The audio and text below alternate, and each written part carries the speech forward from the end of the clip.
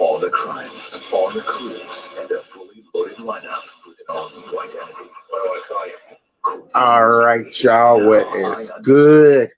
It's A-Fizzle here on this Christmas Eve.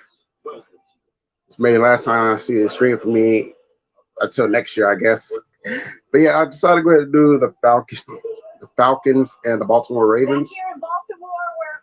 And it's gonna be mainly an NFC South thing because the Falcons are 5-9, the Panthers are 5-9, and the Saints are 5-9. And all three of these teams are playing at the same time. So we're going to find out the Falcons playoff hopes today within the next 3 hours, likewise, unless all three teams win or lose, and we'll see what happens when they play the Bucks, when the Bucks play later. But yeah, the only reason I'm doing this because Sports Live in the ATL, he has to work today. Otherwise, he'll be holding. Otherwise, he'll be the one who. Otherwise, he will be streaming the game. But since he's not here, I decided to hold it down for him.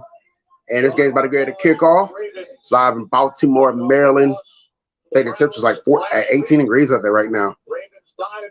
Yeah, rise up ATL. I'm holding it down for SLITA today. Only difference is, you're going to get a comedic version because you already know I feel about the Falcons. So, and here's the kickoff. The Ravens will get first possession. And the Ravens are going to start possession at their own 22-yard line. So here comes Hunley. Yeah, here comes Hunley. He's going to lead he's going to make his third start. You know, he came in late during the Broncos game after Lamar Jackson got hurt. He played against Steelers 2 weeks ago, and I forget who they played last week. So I don't want to get in the line and make it up to teams. But he played last 2 games. Now he's making his third start. We got J.K. Dobbins in the backfield. Out of the shotgun with J.K. Dobbins. Hands off to Dobbins. First play. Picks up a first down. Getting 11. I'm also going to keep y'all updated on the Saints game and the Panthers game.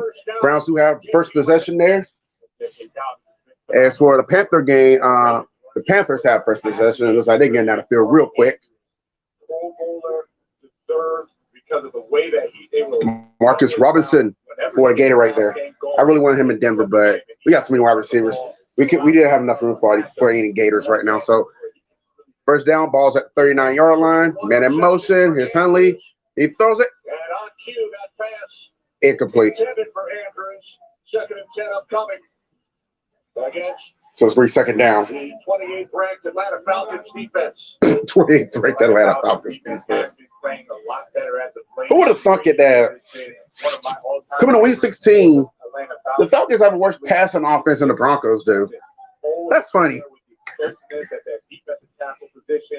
little bit like an Aaron Donald, not as athletic, but certainly can be disruptive.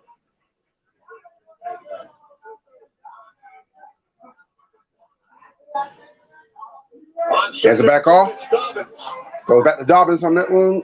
This time he does not pick up a first down, but he does pick up a couple of yards there. So it's going to be like 3rd and 6. It's like the Texas Titans game is in a delay. Shoot, it's frigid up there. I think it was like -1 in Nashville at one point. Oh, the Panthers already in the red zone. It's really about understanding how are the Falcons going to. So it's 3rd and 6 for the Falcons. If they can convert this third down. Here's Hunley. He has a quick throw at. Justice Hill. But Justice Hill does he get the first down? He stretches. No, he said he does not pick up the first down. So it's like the Ravens will bring the punting unit on. So we're going to see the Falcons offense. And we're going to go to 7-10. We'll be right back. We're going to go to the Panthers game as they're already in the red zone. Let's see what happens here. Yes, I will be calling the Panthers game and the Saints game, as both those games involve red zone opportunities. The Raiders about to get ready to punch, so you're not missing anything there. So it's going to be 1st and goal for the Panthers. Inside the 10 with a 1st and goal. What's good, Sniper? It's good, Asia. We're getting 32 points a game. First. All right, so where we at for the Panthers? Okay, the Falcons getting his own commercial anyway, so Guess we'll stay here in Charlotte for a minute. Sam Darnold and company. I can't tell. Okay, now I can see. Ball's at the 7. It's first and goal for the Panthers. Our third different back for the Panthers on this opening drive, Raheem Blackshear. It's Darnold. He run. Oh, he hitches it. And touchdown, Panthers.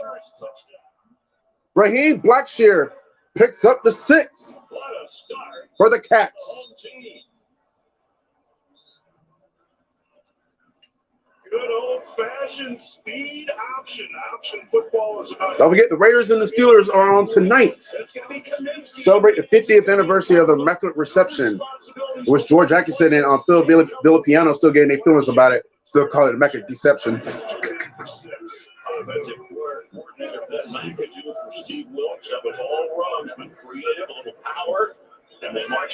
There's extra points. Is up. It's good. So 7-0 Panthers. So is it 7-0-6? So we're going over to Cleveland now for the Saints. While we wait on the Falcons to get back for commercial. So it's 33 for the Saints. They're deep in their own territory. Looks like they're going to be seeing their punt in a minute. He throws the ball like a dumbass. Well, it don't matter. It's a complete, so they'll be punting. And he darting over on the fucking ball, man. Sniper says doing all right. I know this season's a lost cause for us, but hopefully, I hope they can beat the Rams tomorrow. I don't know if I'll be able to watch that game because I'll be around family on Christmas, but I'm gonna keep. Thank God for ESPN, so I will be getting notified of what's going on in that game. I hope they can win. I hope. So both teams go 3 and out to start. Blake Gillikin on the punt. All right. We're going to go back to Baltimore and momentarily because the Falcons game is coming back from commercial. They got it. They have Panthers already at 7-0. Hurting the Falcons. When we come back, early stages on CBS. All right. So let's see what the Falcons going to do on offense. Desmond Ridder, the rookie out of Cincinnati. His second start. I thought I turned that down. Nothing too impressive, but the coaches and players have all raved about his leadership, and they know that he's going to get better as he gets more reps. All right. Good start from the 12-yard line. Cordero Patterson in the backfield. So obviously they're going to feed Cordero early. No, they handed out to Zacchaeus. From Ridder, Olamide Zacchaeus. Looks like he put about 8 yards there. So looking at a 2nd and 2 for the Falcons. We'll look at the Falcons offensive line. Bears already in the red. Whoa, Bears already in the red zone? They've done a tremendous job. Good for them, I guess. They get wide open. Touchdown Bears.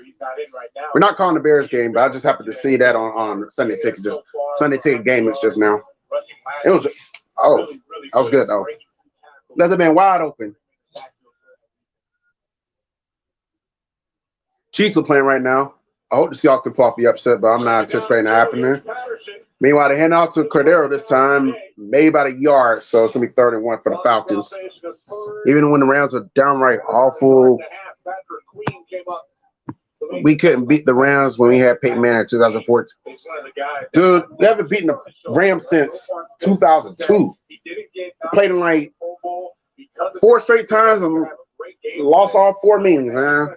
And it's frustrating because like a lot of those times, Rams have been terrible, and they still found a way to beat the Broncos. They just been our Achilles heel, kind of like how the Broncos are the Achilles heel to the Cowboys. It's Ridder on the sneak, and he does he get the first down? looks to be They're not giving it to him, so it's gonna be 3 and out.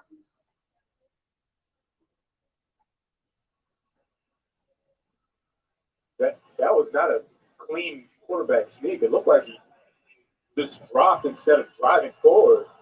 You think they go for it or are they gonna punt? It's 4th and 1. I wouldn't be mad at them if they go for it. No, there we go. He fumbled the snap. Oh, I wonder why this bust the play. Say he fumbled the snap. Pick it up and try to gain another yard or so, but that looked very sloppy, and I can see why now. Okay, they're gonna punt. Bradley Pinion waiting inside his 10-yard line. Last time we beat the Rams was in Brian Greasy was a Broncos quarterback. George W. Bush was president, and Grand Theft Auto Vice City first came out. Holy shit! Oh yeah, I was on that hype train for Vice City when that first came out. I actually downloaded it on my PS3. That's how much I like Vice City. So the Ravens will get possession when we get back from commercial. Is the Panthers game back on? Yes, the Panthers game is back on. So I guess we'll go to Carolina for a minute while the Falcons are on commercial. An excellent offensive line that was actually named to the Pro Bowl, but you got Pro Bowl. All right, so Jared Goff is out here. Yeah, I give credit to the Detroit Lions, man. They've been on a resurgence lately. You know, they started winning 6, now they're 7-7. Have a legit shot at the playoffs. If they lose here, it could be damaged, but if they win, you never know. And this is going to be big Derek Brown up front. He doesn't have the biggest numbers, but every defensive coordinator talks about this guy. All right, up in here. Oh, tip pass. Up the middle. He's one of those space heaters, not to be confused with the space heaters. Okay, so the Texas Titans game will kick off at 2 o'clock due to weather. So it's 3rd and 10 for the Lions. It's Goff. He goes deep. Does he find this man in them? He finds this man in them. First down, Detroit Lions. Yeah. Leave it up to DJ Chark to come with the pass. Man, it would be nice to have a deep offense like Detroit Lions. Offense like the Lions, plus Russell Wilson's our quarterback, along with that defense. Shoot, we in first place in the AFC West. But it is what it is, though. Just got to get better next year. That's the only thing we can do. Meanwhile, 2nd down for the Lions. Oh, John Brooks is here.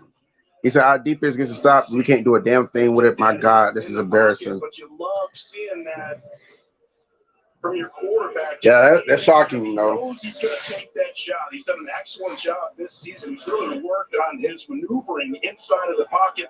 Knows he's going to take the hit. So 2nd and 6 for the Lions. Y'all get back to Baltimore because Falcons game is coming back from commercial.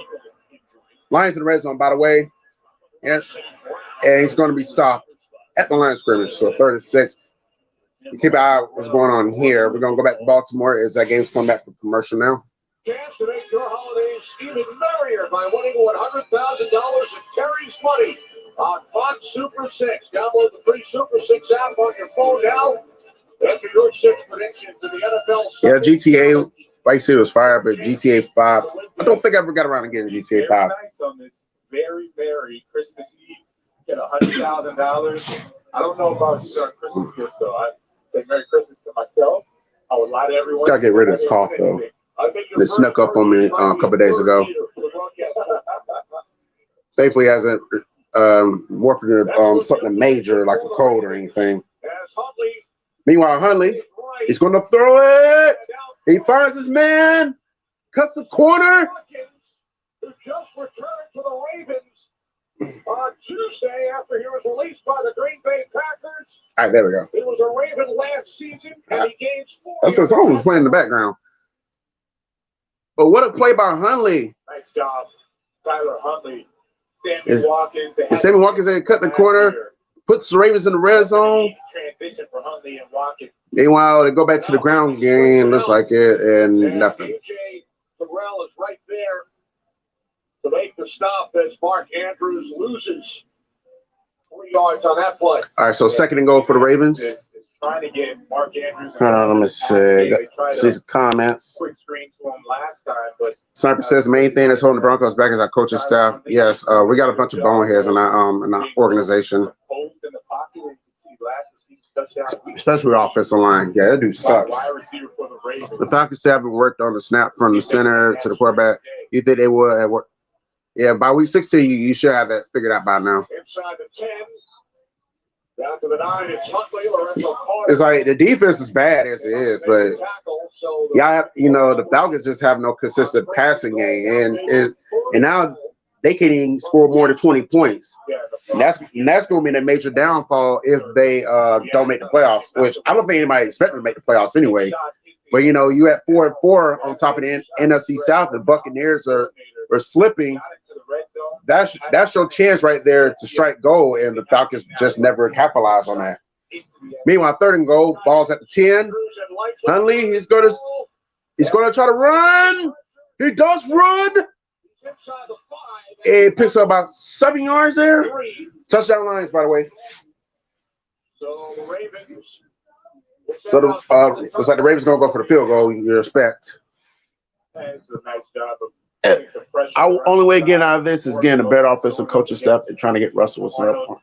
Yeah, that's all Russell Wilson needs. He just needs an offensive line that can block for him. He can beat Russ. You know, granted, you know, he has messed up at times, you know, at Colts game when he wasn't paying attention to his receiver, but not all on him. So, you know, offense might not give him a chance to make work. And the field goal is good. Ravens on the board, 3-0. And also the Lions do score a touchdown. They get the extra point, and we're tied at 7 there. In Baltimore, 3-0 lead for the home squad.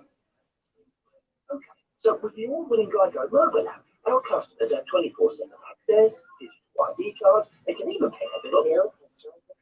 Hey, Bill, we're just... Bill here. Do we have Julie on the line, Tim? All right, so I guess we'll go to Cleveland. The Saints game is on. Okay, All right, so let's see what's going on with the 504 boys down here. Oh, and the Saints got the ball back. Good for them, I guess. David Johnson just coming out of the backfield. Smart, effective football. That's what you The Falcons haven't worked on a snap from the center to. Oh yeah, I read that. Okay, I read these comments already. I'm caught up. So 1st down for the Saints. Ball's at the 30-yard line. They, you know, they're in their own territory right now. Looks like a direct snap taken here by Kamara. He will move that pile close to the 30. Still fighting. They about 8 yards there. Get himself closer to the 40-yard line as he's going to come back on the field. There's a couple of things that we saw last week. Jet sweeps, getting him in the quarterback position, direct snap to the ball, trying to find ways to get Kamara going. Y'all make sure y'all check out John Brooks, you know. Very underrated YouTuber. I know he streams some Falcon games, Hawks games. He's also a Braves fan like myself. He's a Georgia Bulldogs fan, so y'all want some ATL sports content that's not SLITA, check out John Brooks. He definitely deserves more traffic on his channel than he normally receives. All right, 2nd and 2 for the Saints, by the way.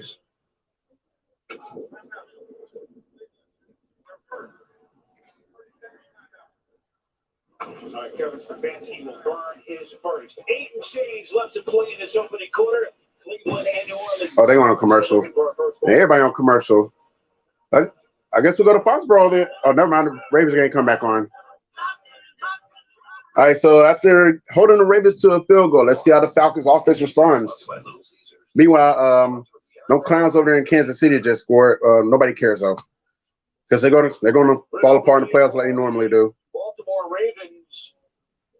Their division. Hey, AFC North is 13-1 against the NFC South. And the only team that's responsible for a win in the NFC South is the Atlanta Falcons. When they beat the Cleveland Browns week 4. Hey, Cleveland Browns, how y'all lose to a team in the NFC South? Look at how the teams in the AFC North are built, and you can see why they have so much success against the NFC. You got to watch out for Cordero. He couldn't take one back when you least suspect it. This dude's a beast. Very well. And the NFC. He says, I think we'll pick at Jerry Judy's 5th-year option. He definitely deserves it. He shows. It showed in the Kansas City game that when he's healthy and utilized correctly, he can be a threat. I've been seeing it all along. You just got to stay healthy. John Brooks said, at least we held him to 3. I'll take it, but our offense has to get going. Yeah, let's see how your offense responds here. So Lamar Jackson, Calais Campbell, Marcus Peters, Devin Duvernay, they're all out for the Ravens. I also forgot Calais Campbell was with the Ravens. Yeah, you're looking at Pro Bowlers that they're missing right now. You're looking at a former. And obviously, as you know, I was in the building with Judy scored 3 touchdowns. Yeah, you say he was winning that game. Fell down 27-0, but came back and made it a game. You know, just imagine, you know, the Broncos had some type of offense in the first quarter. We could have, you know, would have been outcome in that game. Definitely would have been different, but that's why you got to show up. All 4 quarters. They just show up for 3 and call it a day. All right, showing the Lions touchdown. Jared Goff finds Zylstra. So, yep, 7-7. Lions and Panthers. Second and 10 for the Falcons.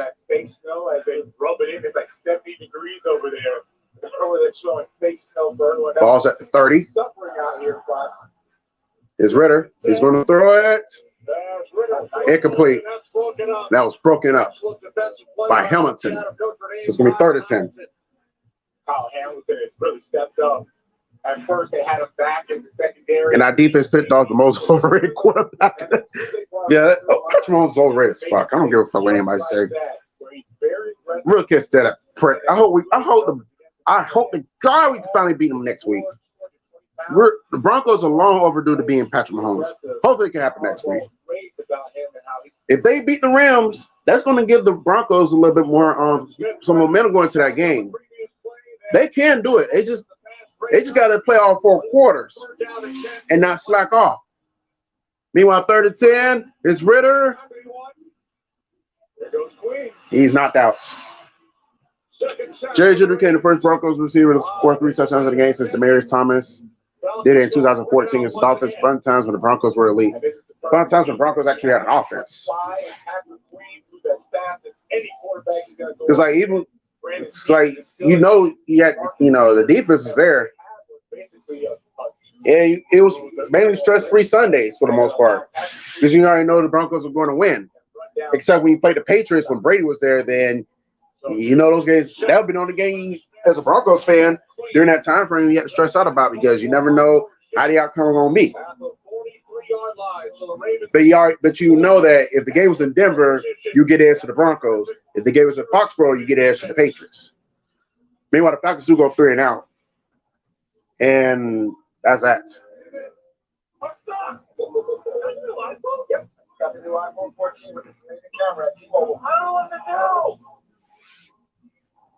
And the last time the Broncos had a receiver score 4 touchdowns in one game was when Eric Decker did it in 2013 against the Chiefs at Arrowhead. Eric Decker single-handedly beat the Chiefs that day. All right, so the Falcons game's on commercial. The Saints are driving, though. They're officially in Browns territory.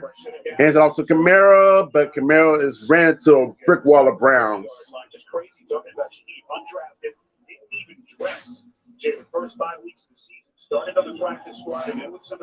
I think if I heard correctly, I think the Browns are eliminated with a loss today as well. If they lose to the Saints, I think they're out of it as well. So we know the president is going to be pissed. He's probably going to call for the entire Browns organization to get fired. 2nd and 8 for the Saints. Falcons game is on commercial, so we're live in Cleveland for the Browns and the Saints. Who was he throwing it to? Come on, Eddie Dalton. There's nobody there. First NFL Today update of the day as we go to Chick-fil-A, New York. Movie candidate Joe Burrow. All right. 9 for 9, 121 yards. This is a 23-yard touchdown pass. Not to Jamar Chase, not to T. Higgins, but to Trenton Irwin. The Bengals lead 12-0. They missed an extra point and failed on a 2-point attempt. Dang, 12-0 Bengals over the Patriots. Right, AFC champs and those early season struggles. Well, we're going to get blown out. This is a loss.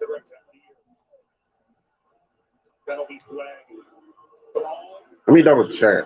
I mean, yeah, it's a tough call on Dalton because there's just miscommunication. He's not throwing this ball away to try to avoid a sack.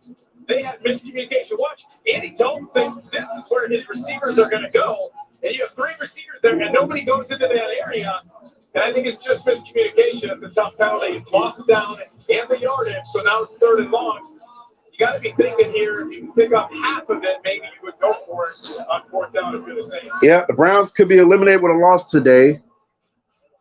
Not today, but they could be eliminated with a loss. and then likely a Dolphins win tomorrow. So regardless, they're still alive today, but they lose, they're in big trouble. And it's gonna be 4th down. And we gotta go back to Baltimore because the Falcons game's back on, so I can get back to laughing at these guys. All right, so here we go.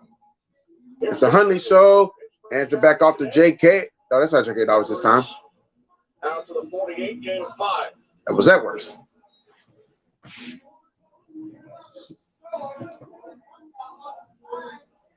We spoke with Tyler Huntley after about the running backs, Dobbins and All right, so Sniper says El Personor, he can be funny sometimes.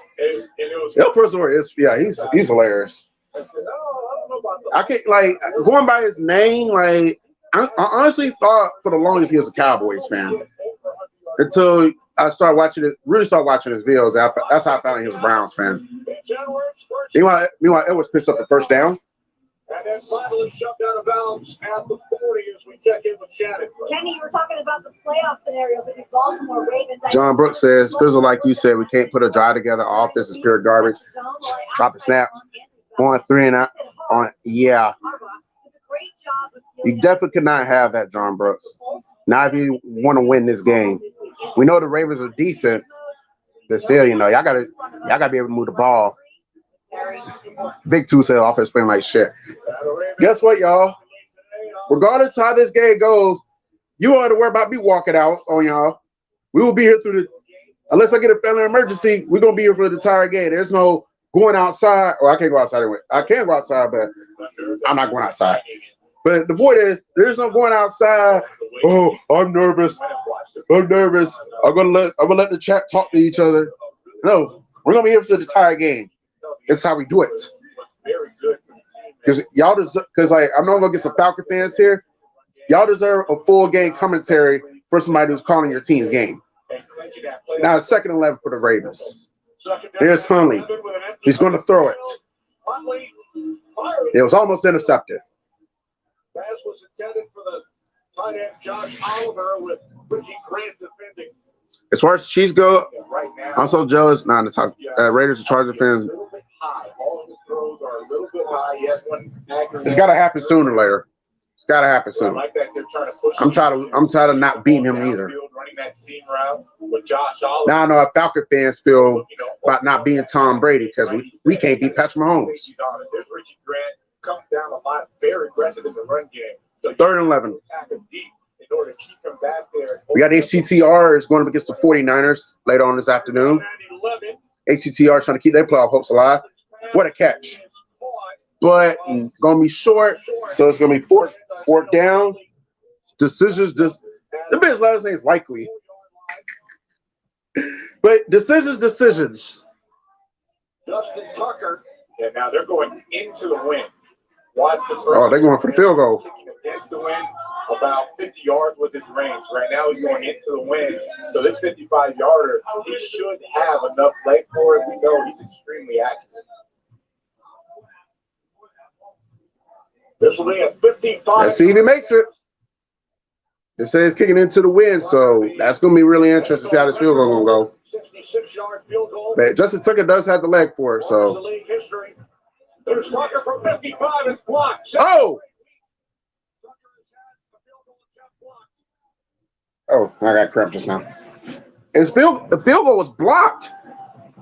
And that's another win for the Falcons defense. This time they come away not giving up any points.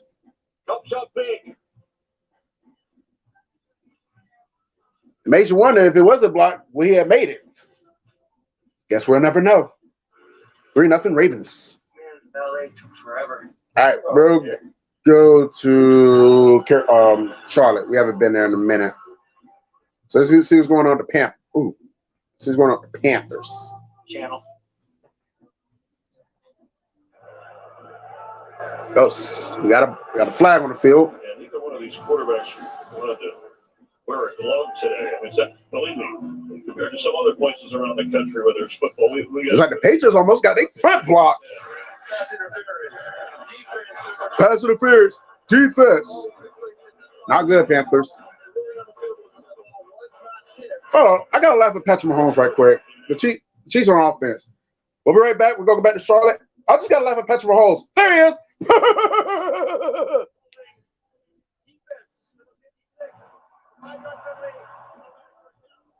You're going to fail the playoffs again. Yeah, you, Mahomes. You're going to fail the playoffs again. It starts sounding like Kermit the Frog in your interviews.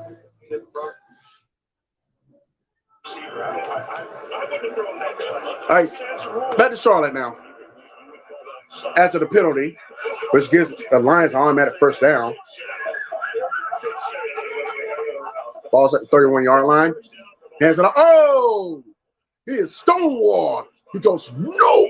No, he doesn't go nowhere. He goes backwards. Loss of 4. Boy, and Frankie Luvu has talked about the way that Al Holcomb, the defensive coordinator, has really made him feel more comfortable, kind of where he lines him up and how he has him positioned in the defense. This is the guy that played at Washington State under the great Mike Leach. Rest in peace. Rest in peace, Mike Leach. Definitely a character in college football. 2nd and 14. Here's goal. Pressure. And he managed to get the throw off, but it was incomplete. Yeah, they're making plays, John. It's a start. Let's see if they can continue. Let's see what the offense can do. Meanwhile, the Vikings do score a touchdown over the Giants, but outside of sports and stars with Jay Estario, does anyone else really give a shit if the Vikings scored a touchdown? No, they don't. Moving on. Has to hold a little bit harder than what they did, or a little bit longer than what they did, and Otta does a tremendous job. All right, the Falcons do take possession at the 40 after that blocked field goal. You don't see that often for the Pro Bowl. I don't think so. Only 5 is 3 minutes, 43 seconds left in quarter number 1. So now the Falcons start from their Go back to the ground game. Give it to Cordero this time. Maybe about 2 yards there. Out to the 42. Fizzle, you know, if our defense played like this every week, we would have won the games we were supposed to win. It used to be Mr. Automatic. The thing is, John, y'all just got to stop blowing leads. You know, the 16-point, you blew the 16-point lead to the Saints week 1. I think you blown one to the Redskins as well. So y'all just got to stop blowing leads. Y'all be better off. Second down and 7 on the toss. It's Algier. They give it to Algier. He leads for the first down. They give it to him. They gave it to him. First down, Falcons. Now is chasing him down. Able to get away from that. Patrick Mahomes is Joe Burrow's bitch. Oh, they on commercial. When the Chiefs game go back up, when the Chiefs game comes back, I'm gonna call Pat Mahomes Joe Burrow's bitch because he can't beat Burrow. Falcons are in Ravens territory, by the way. 2.5 minutes left in the first quarter. Okay, I can't see the rest of them. And Algier is going to be brought back to the line of scrimmage no more. Looks like the first quarter is coming to an end in Charlotte. 7-7. Lions are in the red zone again, though. He was asked this week if he's surprised at the production, and he said, no, I came into the season believing I went to the second quarter. Of course, he had to wait his turn, right? Got those opportunities when Patterson was out injured, and that wait, that patience, what he showed during that time, certainly it showed all of his teammates a whole lot about what kind of guy he is. Career high 139 yards last week for the rookie out of BYU. If the Saints and Panthers do lose, the Falcons do stay alive regardless if they win or lose. I'm gonna make sure y'all get this. If the Saints and Panthers lose their games, the Atlanta Falcons will still be alive in the playoff hunt, even with the loss in this time slot. But their playoff hopes will eventually lie on the Buccaneers. They play the Cardinals. If the Buccaneers beat the Cardinals, if the Falcons lose to the Ravens, if the Buccaneers lose to the Cardinals, they're still eliminated. But if the Falcons lose and the Bucs lose later, and the Panthers and Saints both lose, then the Falcons will stay alive at least for another week. If the Falcons win, they stay regardless, which I doubt they will, but you never know. If they win, they stay alive regardless. Yeah, that's not going to work. They wanted a quick screen or a quick flare. Not only that, when Not only that, but when Patrick Surtain plays, it's sad to say he'll more likely get such against Patrick Moore. I thought it was about to work again.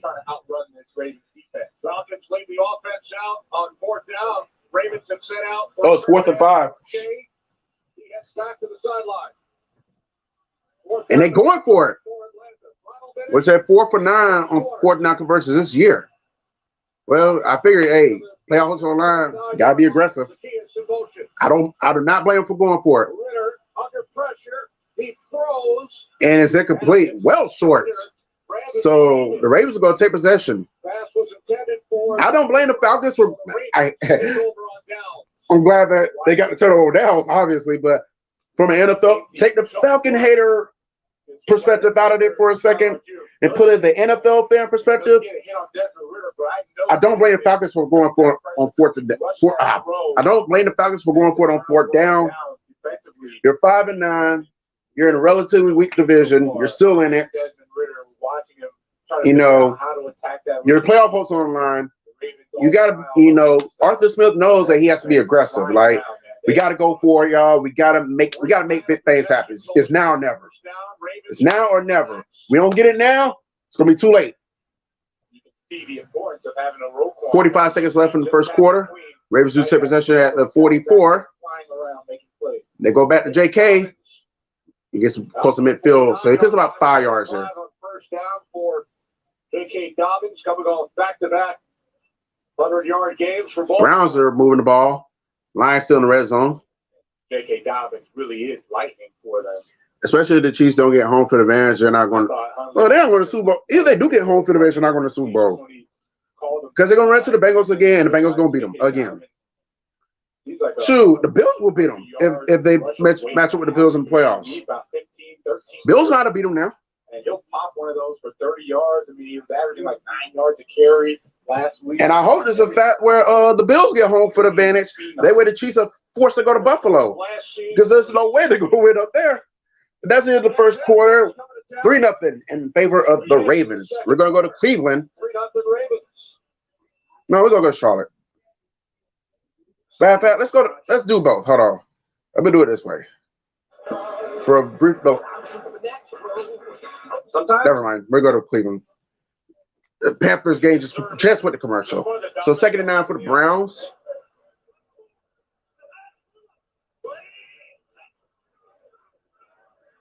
Hands it all. Oh no. Play action.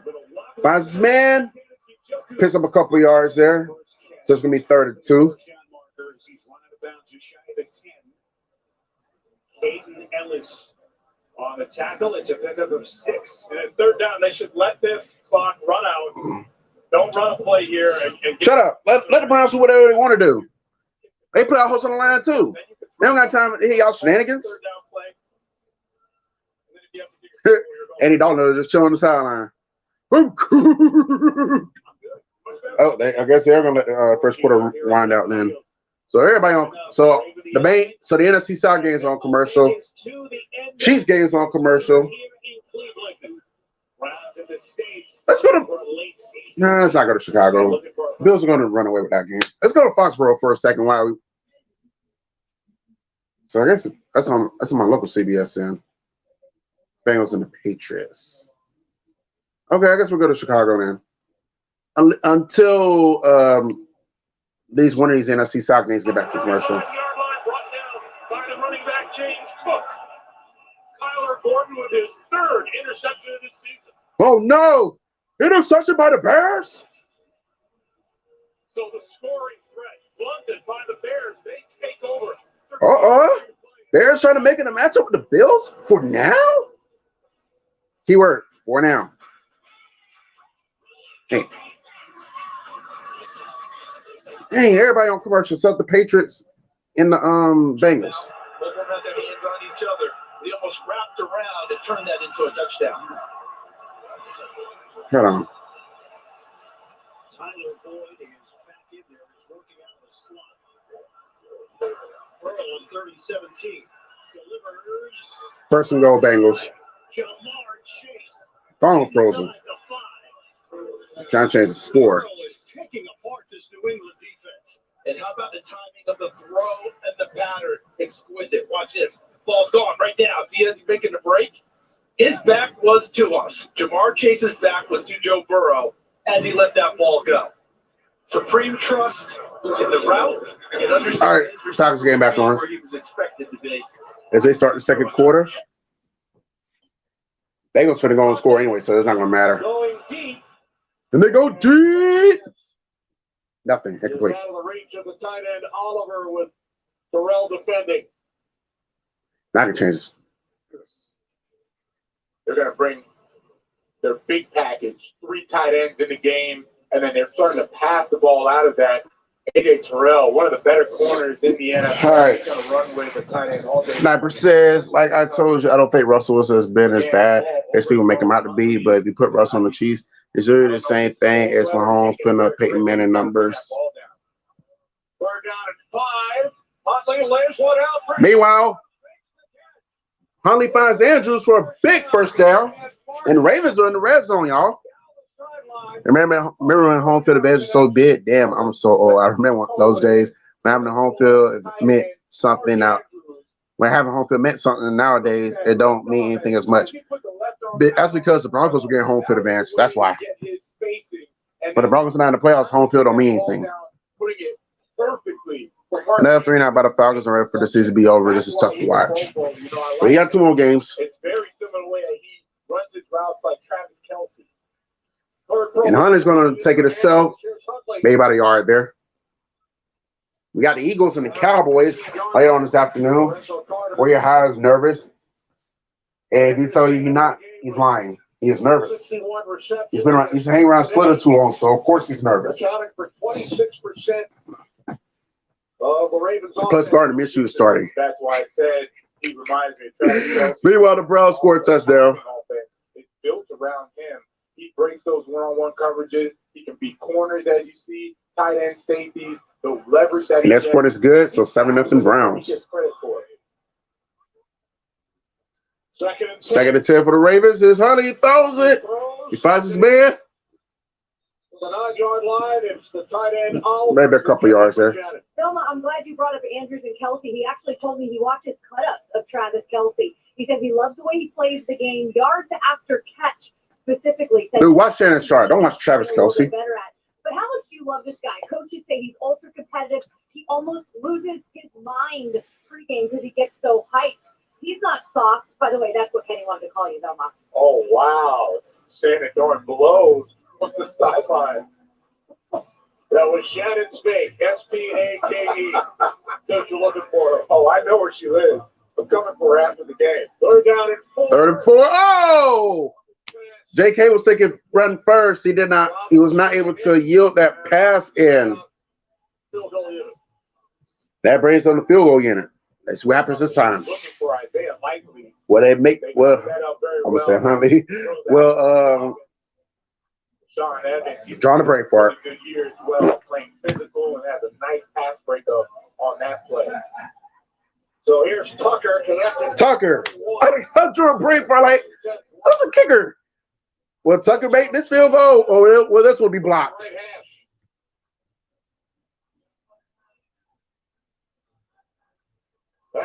Oh, he makes that one. It's good. 6-0. Now 2 for 3 today. As the Baltimore Ravens extend to a 6-0 advantage. Sometimes we go too far.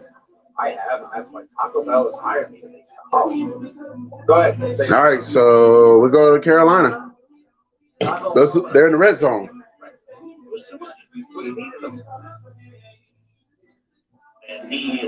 So 2nd to go for the Panthers. They're trying to hurt the Falcons. You mentioned just turn back to the inside. What you said about this field, this artificial surface, a little bit. 2nd and go for the Panthers. With these cold temperatures. I'm sure I probably said it already, but oh well. I said it again. Ball's at 3. But the sun shining. Darnold was engineered an outstanding running game, effective throwing, 4 out of 5. And his big run to set him up. And Darnold takes this one himself, and he got him a Panther touchdown.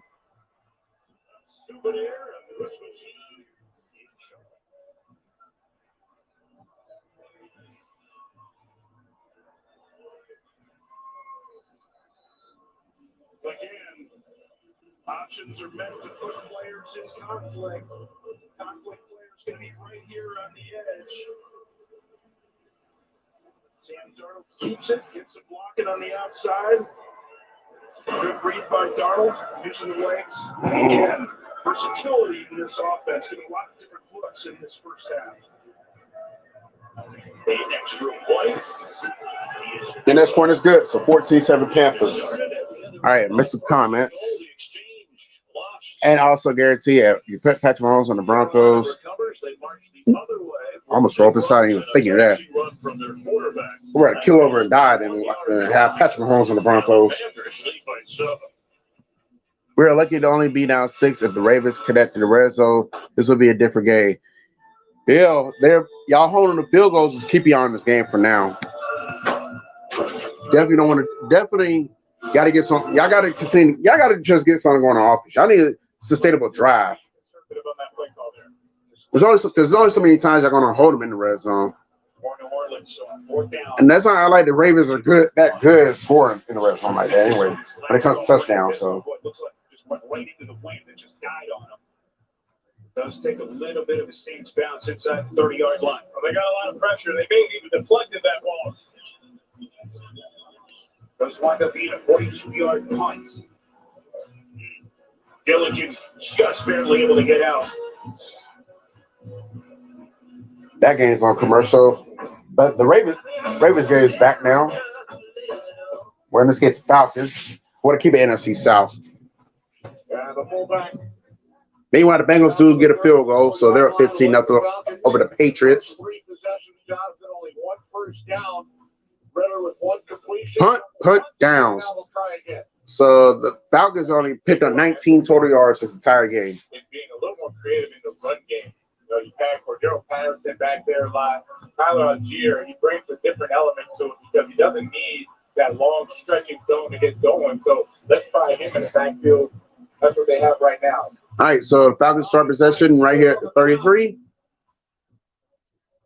Behind the Bears and the Ravens, here's Algier. They get back to Algier. Maybe about 3 yards there. The 35. Patrick Queen, Travis Jones, the tackle. 2 teams that have run the ball very well this season.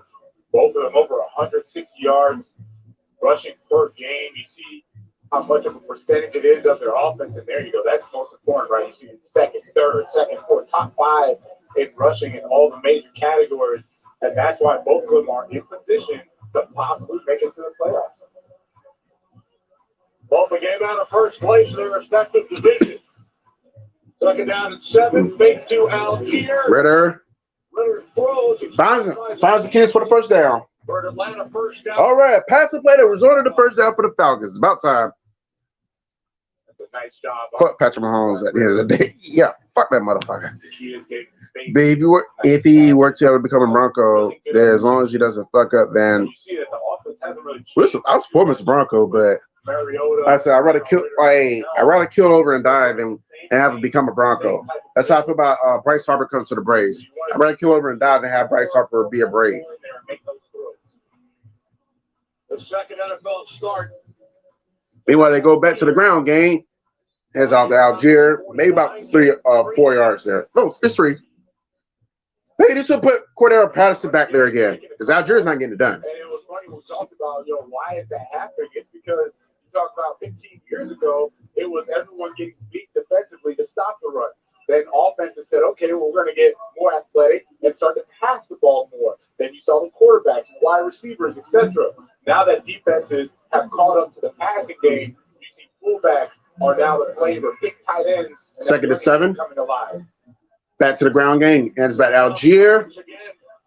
And it looks like he loses a couple of yards there. For 10 years, we would go to team practices every week, and he would lament the fact that hardly anybody used the fullback, and now as you explained, teams are So it's going to be 3rd and 7. fullbacks and the tight end. Oh, yes. I mean, we just see Patrick McCarty, the fullback for the Ravens. He made the Pro Bowl. Keith Smith has been doing a great job of it for the Atlanta Falcons. You go across the league, and all these teams have a really good running game. They have a tight end at the point of attack that's good, and they have a fullback that's a beast right now. So 37 for the Falcons, excuse me. They need the Ravens. Ritter throws it. It's complete, but it's going to be just short of the first down marker. That was caught by somebody I don't know. Number 86. And the Falcons will leave the offense out on the field. It looks like they're going to go for it again. It's like 4th and 2. They might get it this time. Only thing is, just don't try to go for anything deep. It's not necessary. They did not confirm earlier. Oh, the crowd is into on this one, Kenny. Attempted the quarterback sneak on their first 4th down attempt. All right. Now Ritter looking to throw. Oh, he got the first. Oh, he dropped it. And Patrick Queen picks it up. And they go to determine whether it's a complete pass or a catch of the fumble. Regardless, it's Ravens football, so it don't matter. The first down completion, and then the Falcons turn it over. Yeah, initial reaction says he did catch. That was Drake London. Oh, yep, that's a catch of the fumble. Drake London with the catch, they fumbles, and Patrick Queen picks it up. So it's Ravens football. All right, Drake. Don't make SLITA rant on you now. He's already not happy with you getting picked in the first round for a pass rusher. Then you do that.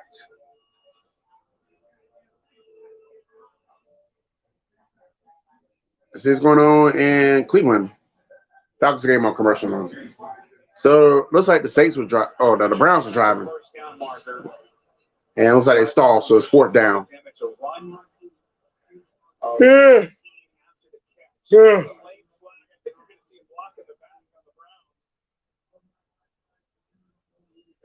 Decision for Dennis Allen. Do I take the penalty and back him up again, or do I leave him 4th and short? I think he puts him at 4th and short, thinking they'll punt the ball.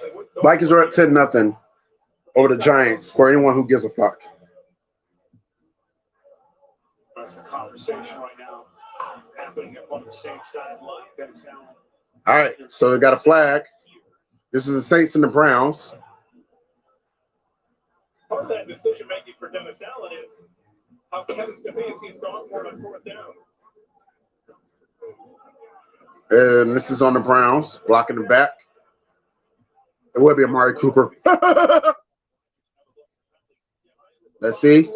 So I always like to look at the replay to make sure it's a legit foul. Right there, just a little bit with hands, not much there at all. But yeah, that's tick for tat. Dennis Allen's thought process, even though you don't want to give him another down and you stopped him at 4th down. But John Brooks said, I'm done with line now. I'm sick of these excuses with this dude. It's excuse after excuse with this dude. Yeah, your organization loved us so much, pick him in the first round. What were they thinking? Meanwhile, 3rd and 11 for the Browns. He picks up enough for the first down. So Nick Chubb is going to move the chains.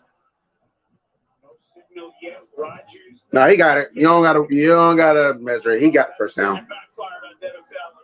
Not to force him into 4th down and take the penalty and back him up 3rd and long. They hand it off to Chubb, and he does a very good job coming across. You see 2 pullers. Yeah, he did fumble the game last week. Yeah, I remember that. I remember SLITA really being pissed off over that too. Meanwhile, speaking of Drake London, let's see what how the Ravens respond to that fumble. Ravens defense has been suffocating, and I like what Greg Roman's been doing offensively. Big package, able to run the ball and pass the ball out of his big package set. 9 minutes, 9 seconds left in the half. They're going to hand it off to Edwards. Picks up a first down on that one. About gate of 12. There's Marlon Humphrey, shirtless pregame. Your shirtless one, we know you're half crazy. Now you make the Pro Bowl, and then you go and punch the ball out. That's what you do. If you're out there, it's the mentality. You're shirtless before the game, you better have a good game. Come game time, he did that. No, it's not Marlon Humphrey. You got to worry about having a good game. That's regardless. There's a fact that Drake London fumbles again. He's pissing off Falcon fans while fumbling. Maybe when I head about the Edwards, he doesn't pick up the first down this time. Maybe like 7 or 8. Oh, 5. So it's 2nd and 5. Very safe. Now, I was not soft. I did go sleeveless when I played in the cold, but I wasn't coming out shirtless for anything. No, thank you. Now, we know you've never gone shirtless during your announcing days either. No, sir. But I have heard you did, though, Kenny. Or back in the day, you were a little wild man in your 20s, running around shirtless before games. I'm sure where that rumor came from. Second down. All right, 2nd and 5. Ball's at the 47-yard line. And Hunter said he got this one this time. He picks up the first down. He's in Falcons territory and then some. And he's brought down.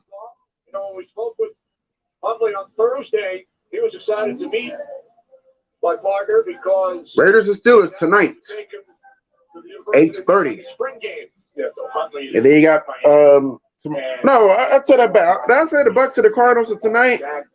No, the Bucks and the Cardinals is tomorrow night. If I said Bucks and Cardinals tonight, I meant tomorrow night. Because like tomorrow afternoon, you got you kick it off with the Packers and the Dolphins. Then you got Broncos Rams to late afternoon. Then you round up Christmas night with the Buccaneers and the Cardinals. So if the Falcons lose, they're going to have to root hard for the Cardinals tomorrow night to keep their playoff hopes alive. If the Buccaneers, the Falcons lost, then Buccaneers win tomorrow night, would officially eliminate the Falcons from playoff contention. As Ravens do pick up another first down there. This time J.K. Dobbins doing the heavy lifting, telling that guy his way. He's still kind of battling through that injury, but he is special. Then he goes right back to Dobbins. Again, Ravens already have 4 runs today, have at least 10 yards.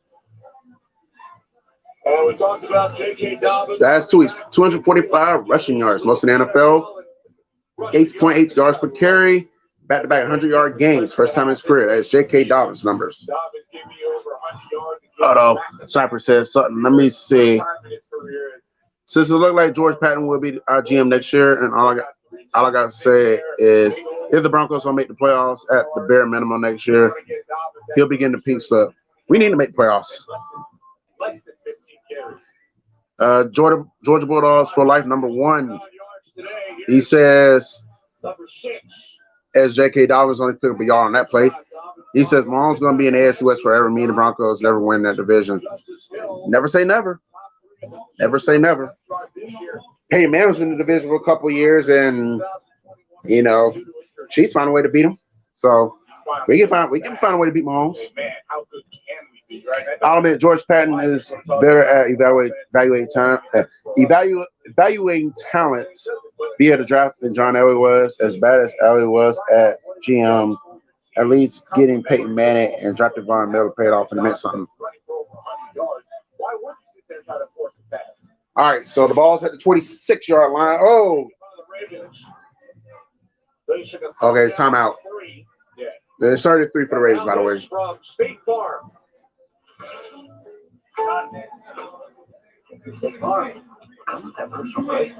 Oh, speaking of Patrick Mahomes. That thought. Speaking of Patrick Mahomes. Where you at? You Joe Burrow's bitch. They scored a touchdown, by the way. Who cares? It wasn't him, did it? It was Jerry McKinnon. Call it quick to get a quote today. Like a good neighbor. Stay Meanwhile, 33 for the Ravens. Ravens need 3 yards to get the first down. You already know. Early pregame today. Yeah, he's always good as usual. And there's Huntley. They had to force that. They had to call that timeout. Andy Isabella wasn't getting lined up properly. Texas about to get ready to kick off after that 1 hour weather delay. I guess they get a couple of degrees there before kick off. They're not used to seeing single-digit temperatures out there in Nashville. Isabella comes in motion. Oh, first down. And the Ravens are in the red zone.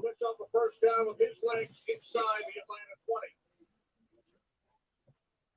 And this is the running game. I'm just so impressed that they're able. Bears up 10-6 on the Buffalo Bills.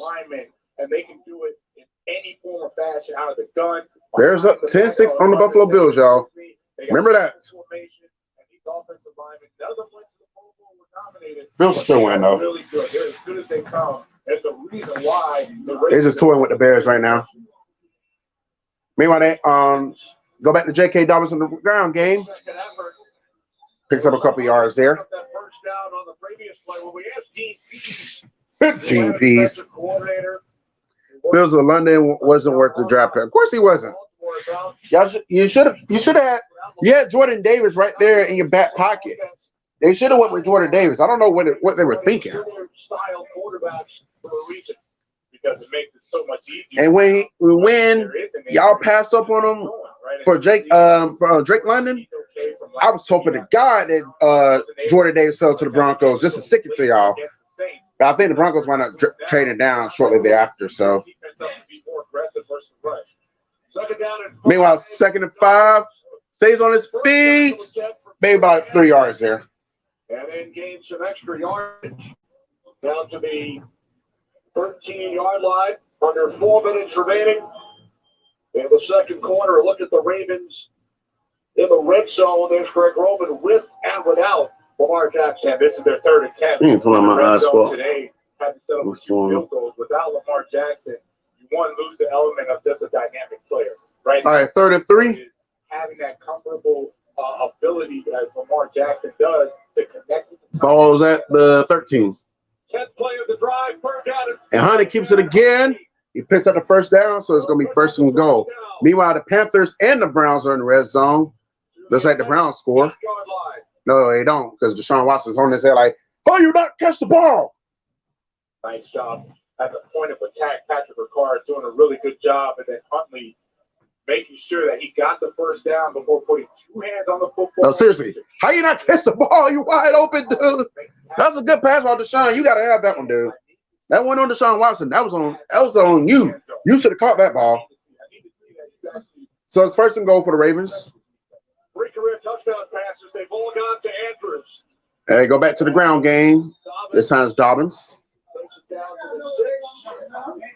Timeout taken by Atlanta. Sniper says, it looks like it's only a matter of time for the Broncos to end up getting an indoor stadium. It seems like nowadays indoor stadiums are becoming popular for NFL teams when they get a new stadium.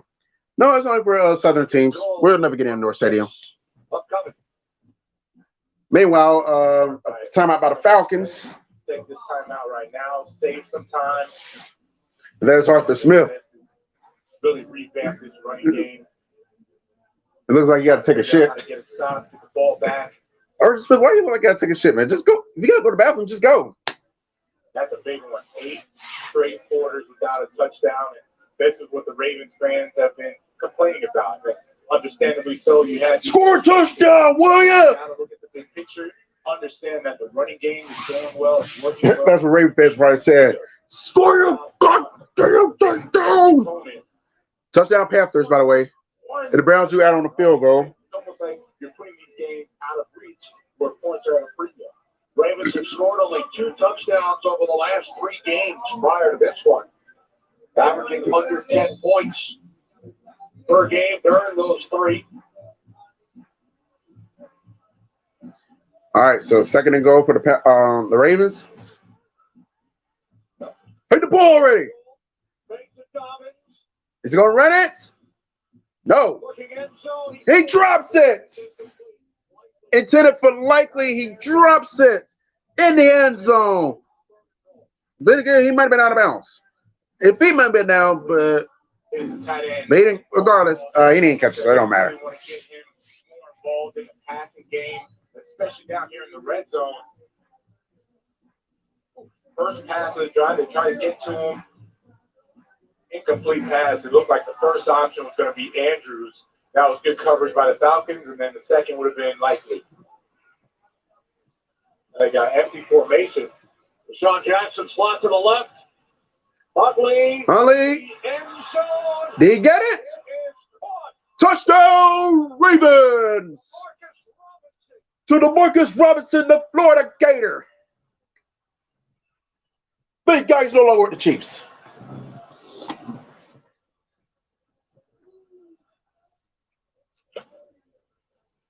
And there you have it, Kenny. A pass, touchdown pass to a wide receiver, DeMarcus Robinson. Going What a catch. Cornell Armstrong, both feet inbound. You know why it was a touchdown?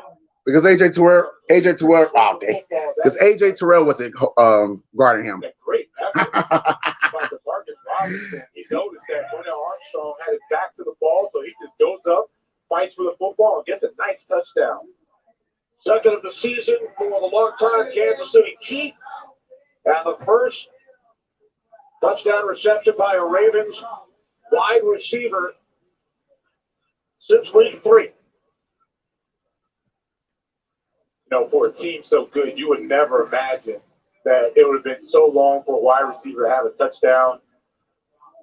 12-0 game. All scoring plays are reviewed. What's that review? He got the touchdown. Take a look. Roll the touchdown on the field. There it is. 1 foot down, 2nd foot down. Looks like he maintained possession. He did. That's a touchdown. Stop playing with us. All right, more comments. It probably won't be anytime soon due to the other upgrades. Empire Field is going to see a receiver. Yeah, I don't think they're ever going to deviate away from that stadium. Is there any rumor that the Broncos? No, they're not. No. And to be fair, it's not just teams in the South that, for the most part, it's teams in the South. Like, obviously, the Jaguars, Dolphins, and Panthers, they don't have indoor stadiums. But it's more so like a Southern thing. The Vikings just pussies. That's why they got indoor stadium. So, speaking of Vikings, oh, never mind. They're on commercial, so it don't matter. Let's go to Cleveland because they're not on commercial. Play crosses the 40, close to the 45-yard line. Reggie Ragland finally. So it's first and so they're still challenging that touchdown, by the way. Taysom Hill. You want to know what a Taysom Hill is? He's the guy that swept the Falcons. All right, speaking of, there he is right there. Taysom Hill. He's getting some action today. Looks like he's going to run. Yep. Run that ball, Taysom.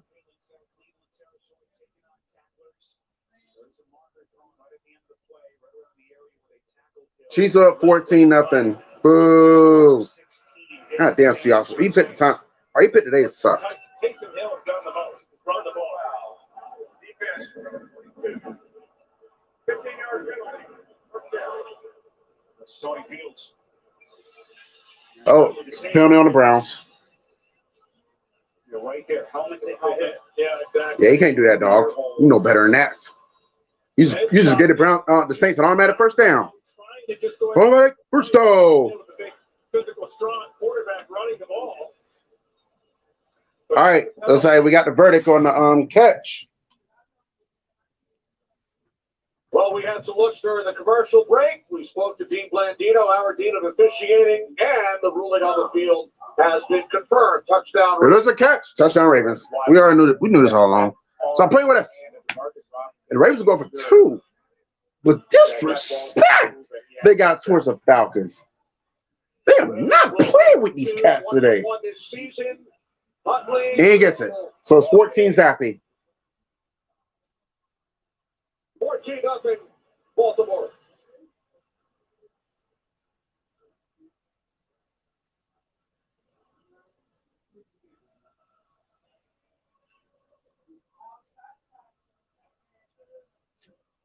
And going back to the touchdown, DeMarcus Robinson goes up against the leverage of Cornell.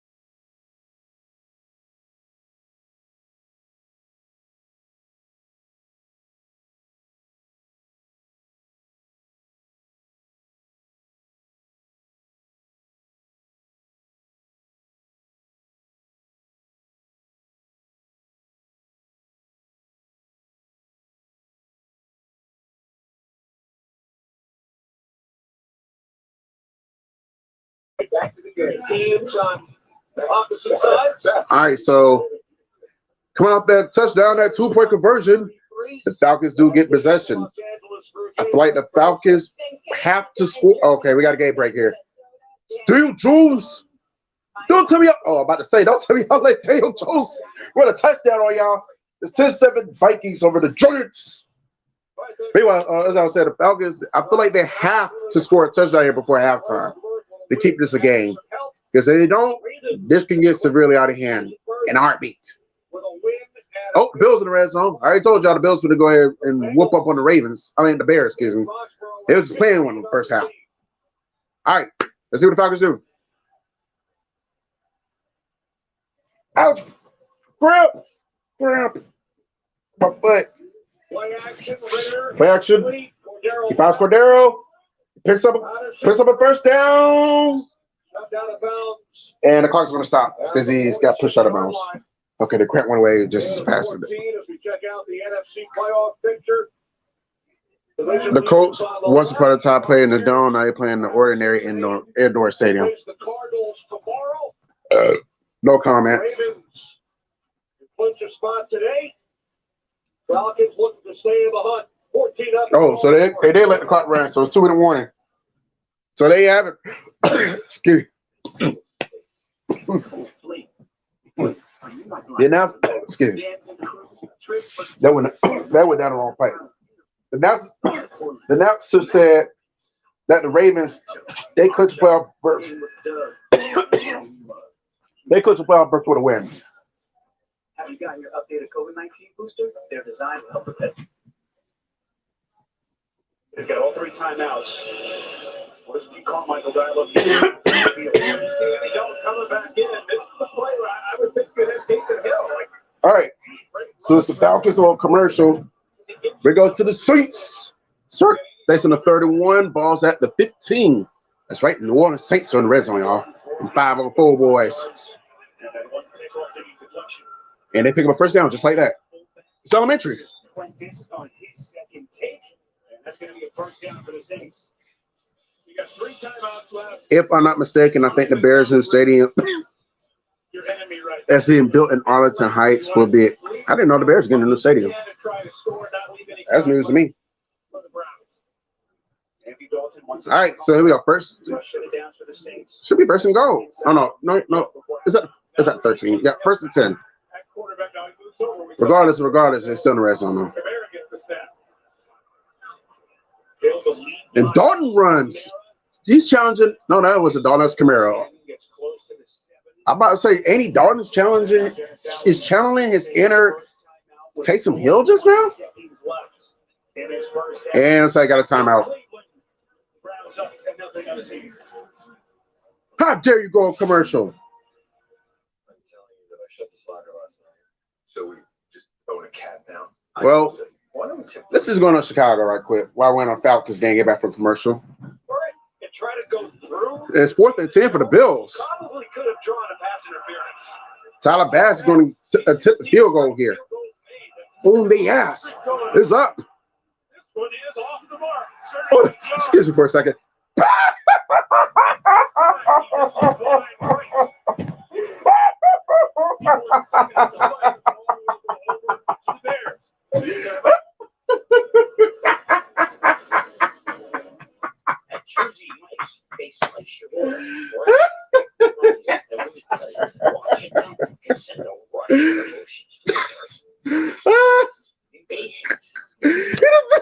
He just straight up missed that field goal. What in the world?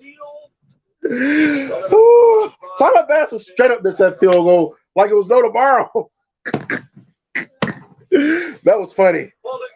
I'm sorry, but to the extent, missed field goals are still funny to me. They really are, especially when they're close. Like, come on, dude. Are you straight up missed that? In the NFL, but that is clearly a holding on Brent Urban. Oh my God! Wait, the Falcons are the least penalized in the NFL. I'll be down. They get the ball first. They're 5-9. Only 4 penalties per game committed by the Falcons. So I guess the Falcons are doing something right. You know, they're not winning, but they're most disciplined team. They're not committing a lot of penalties. That goes a long way. Wide open London. London will gain 9. Meanwhile, 5-yard line, second down. 9-yard pass from Desmond Ridder to Drake London. At this point, Falcon fans are holding their collective breaths anytime Drake London touches the ball. I don't blame him. I used to be the same way when Melvin Gordon was in Denver. Once again to Algier. This time he throws it Algier. Oh, he breaks the tackle. He gets the first down. He gets more. Oh, he stepped out of bounds. He not stepped out of bounds. He had a touchdown. He had pay dirt. All right, Sniper. You know, yeah, you know where I'm at. A little chippy before we went to break, and he said he might be back, but won't make any promises. That's what's up. And I'd rather you tell me you might be back, but not make any promises, than promise to come back and you just don't. So I appreciate your honesty. Take a look at the last play of Tyler Algier. And John Brooks says at least the Ravens let us stay in it for a little while, but the Ravens said we'll take this game since you don't want. Yep, that's the way it's looking. Who's this really throwing it to just now? Oh my God! He was throwing it to his imaginary friend, wasn't he? Field goal range. One of them, Marcus Mariota's one nowadays. Still have their 2 timeouts. And, you know, you got to give credit to Desmond Ridder. So it's 2nd and 10 for the Falcons. Control of this offense. You see the way he's handling the substitutions, ins and outs. He's made the right check so far.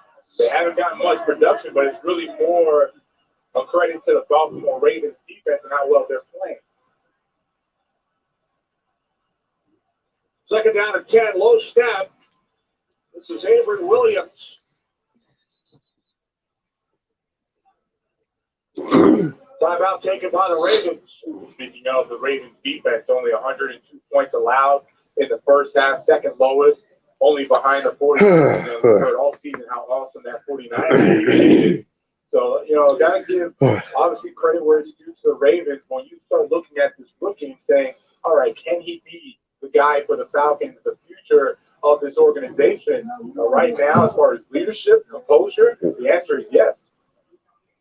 All right. Good day tomorrow. Our Christmas triple header around the NFL. Fair burp my nose. I had to take care of that at halftime. We want to start it now for the Falcons. Oh my God, that's so funny. And then the Buccaneers and the Cardinals. NBC, prime time. Bucks currently in first place in the NFC South at 6-8. The other 3 teams, they're fighting 5-9. The ball's at the 28-yard line. Carolina with a lead. New Orleans trailing Cleveland 10-0. Falcons trailing this game 14-0. He disappeared the first down? Yes, he does. And the Falcons made their first trip to the red zone today. And guess what? It was Drake London with the catch. He didn't drop it. After it was ruled an incomplete pass. Oh, does he get both feet down? That's one. Down, but he landed out of bounds before he could ever get that left foot down inbound. And Marlon Humphrey doing a good job of forcing. They may or may not give him this one. Looks like it's out of bounds as well. Let's Check. take another look. You got. I don't think they're gonna give it to him. Right elbow. Unless that elbow counts for something. That is really close. All right, here we go. All right, right foot down. Let's see where the elbow lands. Let's freeze it right there. The elbow stays inbounds. Elbow looks to be inbounds. No, it don't look to be inbounds. It is inbounds. Taking a look. Yeah, we are under 2 minutes, so it's a booth review. All right, while they do that, we're going to go to Cleveland right quick.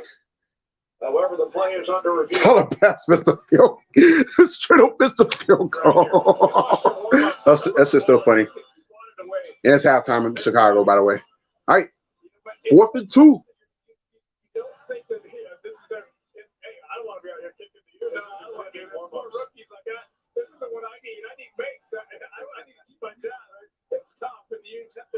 Come on, don't be a pansy. Right here, so short. It's not going to have enough All right, so the Saints gonna go for a field goal. It's 4th and 2, by the way. They got really good position. It's up. It will let us maybe laugh at because he makes his field goal. And they're gonna have time down 10-3. All right, so they're still reviewing. It would be a 1st and 10 at the Ravens 14 if the call on the field. Please present the game clock to 104. After reviewing the play, the pass is complete. It'll be 1st and 10 at the 13.5-yard line. Atlanta is elected to run 10 seconds. So it's a completion. Atlanta looking to go quickly. Drake London got the. All right, so they did give him the Drake London. So 1st down Falcons. And they made their first trip to the red zone. Oh, meanwhile, the Panthers tackling another field goal. And now a penalty. They're going to halftime. To run 10 seconds. Please set the game clock to 54 seconds. Oh, 10-second runoff for the Falcons. They suck. Away from one of the officials. Pitch it back up. I saw it drop, and I was wondering, like, what could you possibly? Oh, they also had time. They do reset the clock. Atlanta took the 10-second runoff. And now a 1st down from the Ravens' 14-yard line. Here's how. All right, here we go. Hands on to Algier. Do you think the Falcons get the touchdown here, or will they run out of time so for the field goal? Got the flag.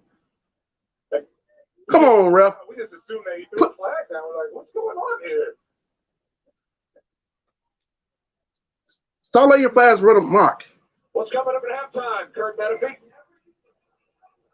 Coming up on the Rising halftime, we'll have scores and huddles. I can't see the prompter. Let it snow, let it snow, let it snow. Oh, this is so much fun, Kurt. And I bet everybody thought it was going to be TV. You have too much fun with that, Michael Strahan. Kurt doesn't need a teleprompter. Not at all. He's too good for that. Snow continues the ball. Los Angeles East snow in the vicinity of Kurt Menefee. 2nd down and 5. And Ritter goes quick. Zone looking for one. Incomplete. He was out of bounds. So 35 for the Falcons. This is why Marlon Humphrey is a Pro Bowl corner. Watch the way he defends Drake London, who's clearly got the size advantage. And the Vikings and Giants going to halftime. They're 10-7 there. Vikings do have the lead. He can make a play on the football. When you start looking back the same way the receiver does, it allows you to lean into his body like he did, force him out of bounds, and now London's trying to make this outrageous one-handed catch. That is great defense. 3rd down and 5. It's 35. It finds picks up the 1st down. It finds Williams. Tackled at the wall. And it's going to be down at the 1. They still have one timeout. They don't want to burn that timeout.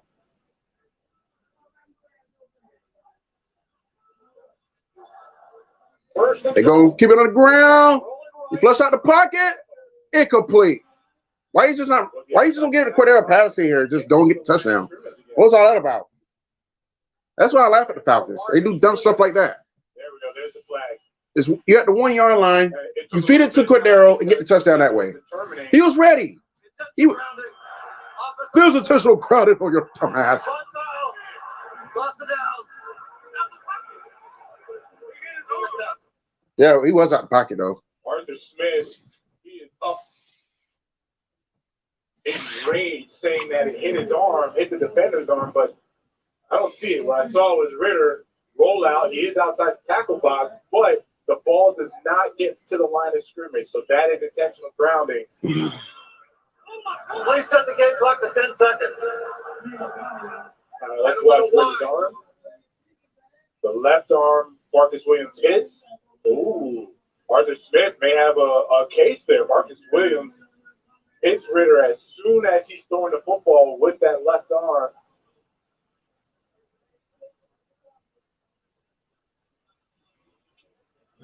Central grounding was the call. Ball spotted back at the 14. 10 seconds left. 10 seconds on the clock. So instead of just punching it in, now they're going to have to pass the ball.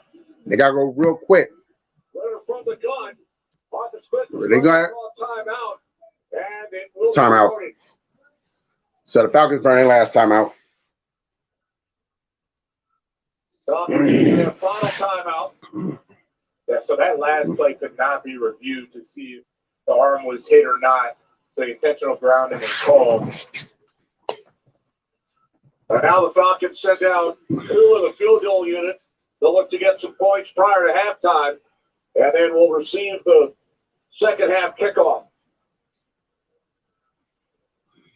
There's Arthur Smith. He had They gonna go take the field goal. And now Arthur Smith is I pissed. can understand his frustration. I really can.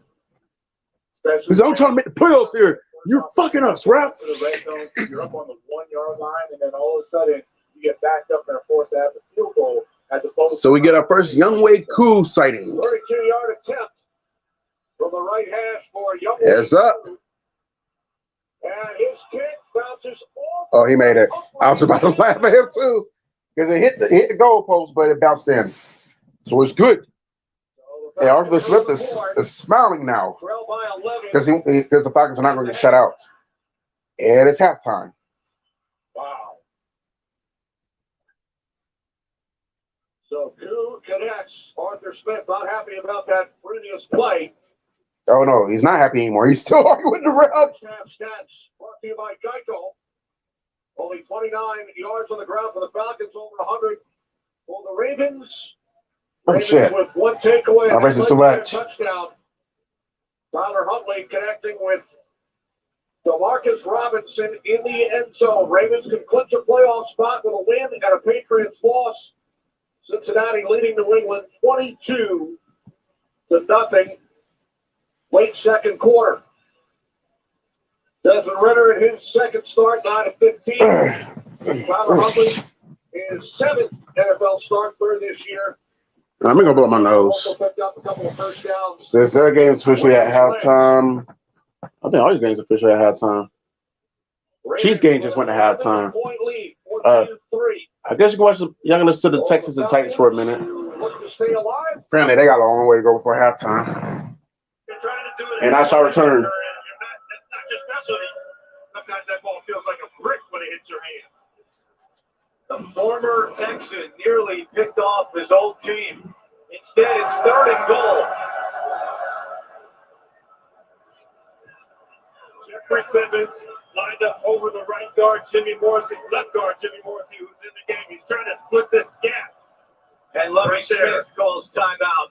Play clock was winding down, and Lovie ran down the sideline to call timeout. First timeout of the half for Houston.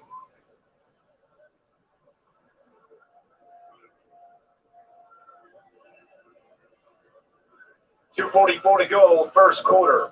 Next Saturday, college hoops triple header beginning at noon Eastern with Louisville tipping off against 19th-ranked Kentucky. That's followed by Oklahoma State at number 4 Kansas. And the Mountain West, San Diego State takes on UNLV. All next Saturday here on CBS. We got a lot of Santas in the house today. Lovey could stay. Well, Lovey could be the Santa. Got a great beard. No doubt about that. Added a timeout, 3rd and goal. Houston, 3rd worst in the NFL, scoring touchdowns in the red zone this year. Bills, good protection. Rolling right. Nobody open. Bills cuts it up at the 5. Free in the end zone. And Rex Burkhead has it. Touchdown, Texans. Everybody opens in the end zone for a touchdown. Rex Burkhead saves the day, and the Texans are on the board. You know, all scores are replayed, so you're going to watch this play. You're going to see the tail end. Does it look like he's pitching the ball forward, or does it look like it's a true fumble, and Rex Burkhead was out of bounds and comes back inbound? You see the first to touch the ball. Yeah, a lot to look at, as you point out, James. It was called a touchdown on the field, so it will be reviewed automatically. But it looks like it's been confirmed very quickly as Amy Care Bear is on, and he drills the extra point. So Davis Mills fumbles, but Rex Burkhead is there for the touchdown. And we are tied at 7 with 2:34 to go in the first quarter. Let's take another look. Remember, Mills lost a fumble in overtime last week against Kansas City. Clearly a fumble there. And Burkhead was able to fall on it. And Gene Steratore is with us. How do you see this, Gene? I think Mills is reaching for the goal line, in my opinion, guys. And let's remember, it's not fourth down. We're not inside of 2 minutes of either half. So another player from the offense can recover this, and that's why they confirmed it so quickly with the touchdown. Does it matter that Burkhead had stepped out of bounds and he's the first to touch the ball? Not so long as he reestablishes, James. As soon as he reestablishes himself again, he's then legal to recover the ball. Gene, thank you. Second touchdown of the year for Burkhead. He also had a receiving touchdown earlier this year. As we take another look, Nico Autry and Kevin Byard forcing the fumble, and Burkhead in the end zone to scoop it up. Fairbairn kicking away to Chestnut. From the 1. Chestnut is upended. The ball's loose under the pile. And now some whistles. And it appears the Titans have recovered. Their offense is walking out onto the field. With 2:30 to go in the first quarter. NFL Family is committed to advancing social justice in communities across the country through the Inspire Change initiative. The new Inspire Change Changemaker Award recognizes community members who are working every day to create progress on important issues. Titans have nominated 74-year-old activist Joyce Watkins for the award. To learn more about Inspire Change and these changemakers, visit NFL.com/InspireChange. Well, it's completed the Burks. Dragged out of bounds by Petrie. And a flag is down back in the line of scrimmage. Offense number 78. 3-yard penalty. Play first down. And this is coming back. Nicholas Petit-Frere wipes out a 22-yard pickup. Yeah, a lot of nice things on this play other than the holding call. You see Willis step up into the pocket, so you gain that ability to step up. You know that you have good protection inside. Just that holding call on the outside on your right tackle. Put you behind the 8 ball now on 1st and 20.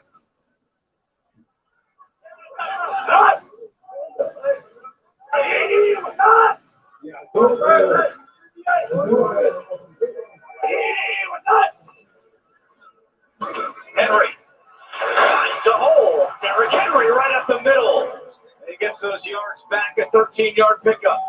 Jake Hansen on the tackle for the Texans. When you have a big hammer, you use it. Even on 1st and 20, when a lot of teams are thinking, oh, we've got to throw the ball, we've got to pick up some chunk yardage, put the ball up in the air. You can pick up 13 yards by running in between the tackles. You've got an impressive offense going for you right now. Already 68 yards rushing in the first quarter for Henry. Henry again, and this time he's bottled up. Christian Harris, one of the first to get there. We spoke with Harris last night. Alabama product said he had never met Derrick Henry until after the Week 8 game. After the game, Henry went up to Harris and said, good luck this year. And Harris said, you know, when you get to Alabama, you hear about the legacy of Derrick Henry. And he was excited to try to slow him down today after Henry went for 219 back in Week 8. Final minute of the quarter on 3rd down and 6.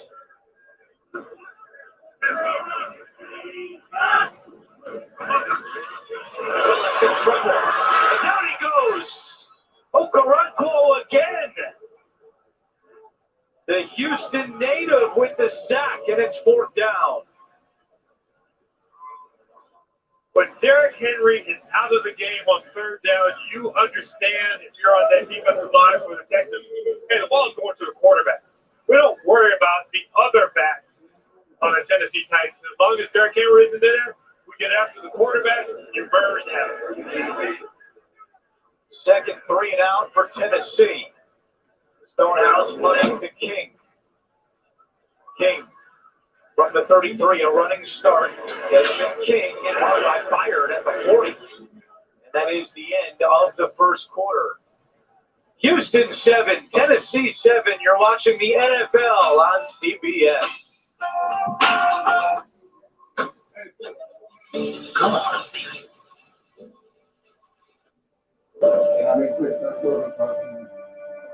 Are you ready?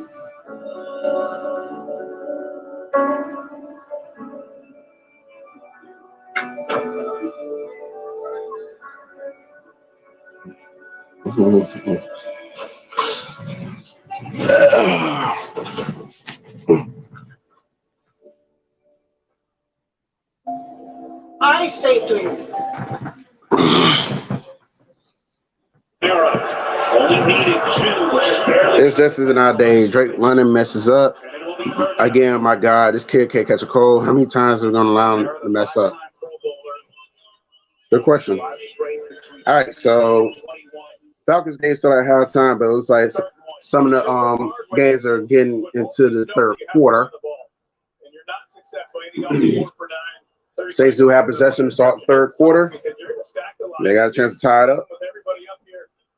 Now you got one safety deep, 8 guys within 8 yards of the box. Kamara, first down Saints. First down Saints. Looking for more.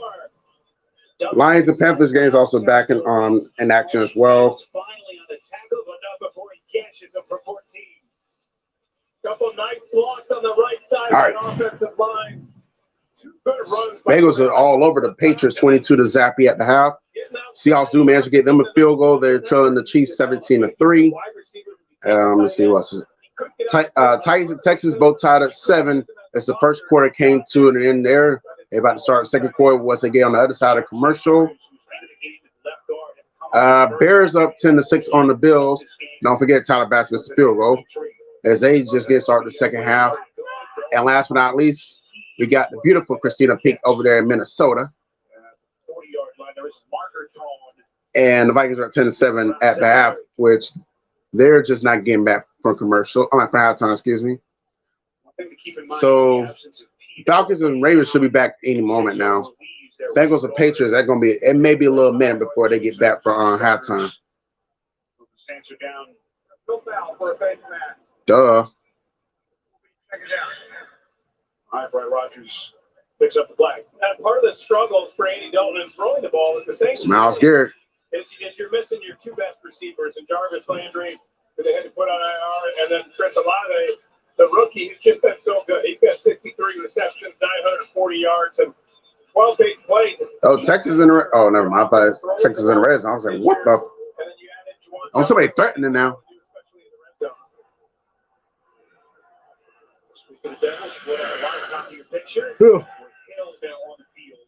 So it's going to be 3rd and 5 after a 1-yard pickup. Andy Dalton's cold. He's running off the field. No, I'll take it back. He's not running off the field. He is running around like he's cold, though. That's why it's so important not to continue to fall behind. They get the field goal before halftime. They have this drive here. This is a big 3rd down. I would kind of figure they're in territory as long as they don't go backwards. If you pick up a yard or 2, probably go for it here on 4th down.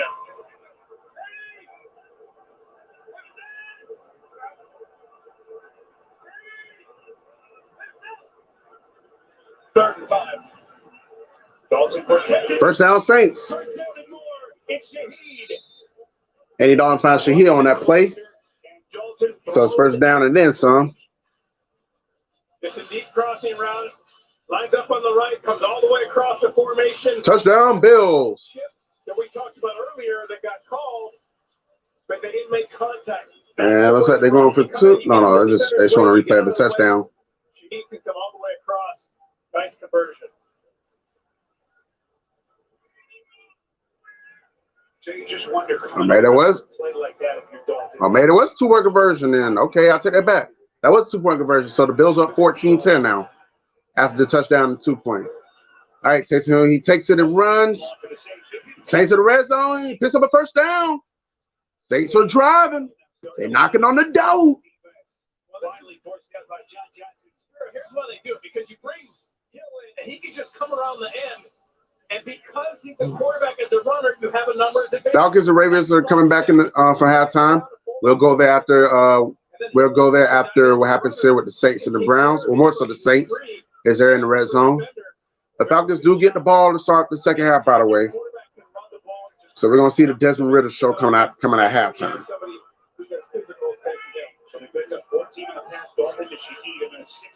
Hands it back off. Okay, it wasn't Camaro this time. That's inside the 10-yard line. Suddenly, some efficiency from the Saints offense. You had an important drive. You know, you're down 10-0. You get that ball. 4 minutes to go in the first half. You drive all the way down. A nice drive. All right. Some rhythm offensively. A couple good runs. Now you put a second drive together. I appreciate everyone who's tuning in. I know it's Christmas Eve, and some people out there Christmas shopping and spending time with families. I will be spending time with my family after this stream. The second is 6. Now I took. Oh, takes some, keeps it for himself, and he got in. He gets in the end zone for a Saints touchdown, and the Saints are an extra point away from tying it up. It is a game in Cleveland. On the verge of tying this game. Just a physical run. Puts the ball into Kamara's belly, pulls it out. Then watch him just put his shoulder down. That's 5 yards where he's got 4 guys hanging on him, and Taysom Hill will not be the 9. 4 different Cleveland Browns defenders had a chance. And Taysom Hill taking them all on. If you're a Falcons fan, that is not good news. Because if the Falcons lose, you need both the Saints and Panthers to lose. Well, we need one or the other to lose. For New Orleans. But preferably both. They don't like the Panthers are losing. But on that note, the Saints do tied up with an extra point. Being good. It's a 10-10 game in Cleveland. All right, now we're going to go to Baltimore as they begin the All-American second half. Week 3, that a wide receiver had gotten a touchdown. He said pressure on the quarterback in those play actions are really going to lead to some sacks, and the downhill runs for his team have been the best. Meanwhile, for Arthur Smith, guys, he was irate on the way into the locker room. Take a look, just up in the ref's faces about that intentional grounding call towards the end that missed out on possibly getting a touchdown. I gave him a second to kind of relax, chill out. I asked him about the first half, and he said we need to settle down. Certainly that is the case, but he did say he likes the way that his quarterback had settled down in that first half. He said points on the board, but it is a chance they're going to double up. All right, thanks, Shannon. Oh, we got an injured Raven. Injured Raven. After London picked up the first down. Wait, Drake London picked up a first down? They did get points on the field. All right, we go to Charlotte while we'll wait on this injury to clear up. All right, so here we go. Panthers do have possession. It's 2nd and 10 for the Panthers. Okay, it looks like they're back up in that running. So, all right, go back to Baltimore. It looks like they're back up and running after that. And he's on his feet, so that's good. You know, it may be a minor injury, so he could be back before the game is over. I don't think he's gonna miss it. I don't think he's gonna miss a significant time, which is good. You know, you don't want to see injuries. You know, definitely for a significant time. Meanwhile, Cordero Patterson gets the ball on that time on that play. Should have done that at the 1 yard line. You would have scored a touchdown, Falcons. Swarming Tyler Algier, not letting him get those extra yards, and then capped it off with that nice punch out by Marlon Humphrey. Falcons did get a field goal at the end of the half, but this defense, they were moving. They were. All right, 2nd and 6 for the Falcons. Ball's at the 35-yard line. Here's Ritter. Oh, what a block. That's Ritter's. Intercept. Oh, drop. Almost caught by Zacchaeus. Almost intercepted by the Ravens. That play could have went either way, but it wound up going neither. It wound up becoming an incomplete pass. Coming off the edge, and he's going to go up against Cordero Patterson. Look at the bull rush and getting in there on Ritter's hand, and that's why he couldn't complete that pass. That ball sailed a little bit. He wasn't able to follow through. And boy, was Roquan Smith right about Patrick Queen today. The aggression that he's playing with, the chip on his shoulder that he's playing with, he is leading this Ravens defense.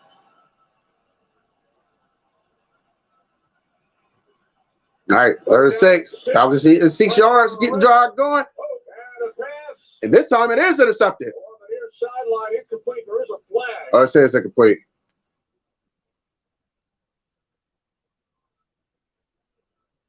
Flag. Oh, it went through his hands, so never mind. Williams. I don't Almost mean had a nice interception.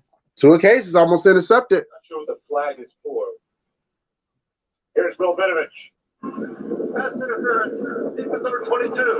Flat foul. Automatic first down. Pass interference. So it was automatic first down for the Falcons just when the Ravens was pretty much getting them off the field. It's the first The defense, that is. penalty today. Play switch coverage. Yeah, you could have called holding, pass interference because the ball was already thrown.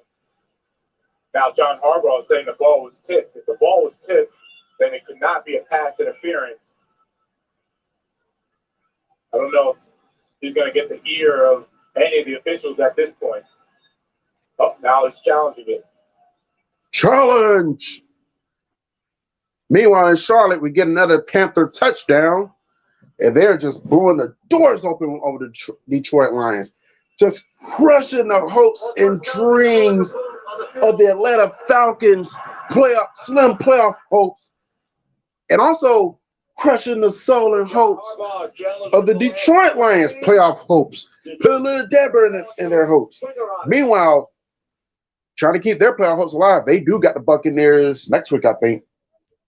Yeah, they got the Buccaneers next week. So Panthers well alive in the NFC South race. A win here definitely helps their case. We protected that progressive. And if the Buccaneers lose tomorrow night and the Panthers beat the Buccaneers next week, guess who's in first place in the NFC South?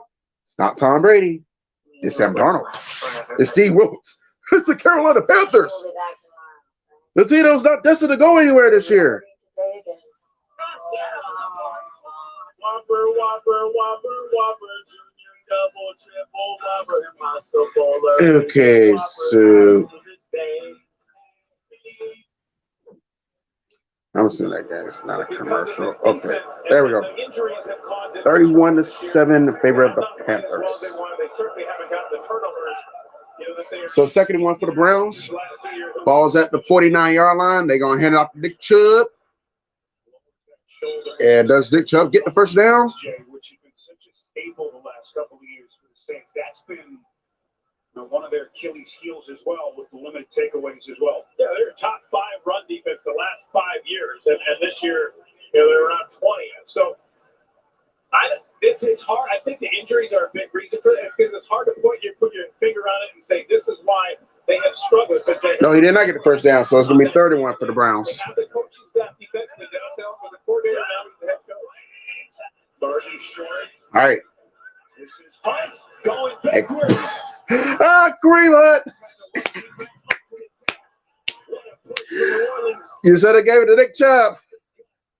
Cameron Jordan went to stop there.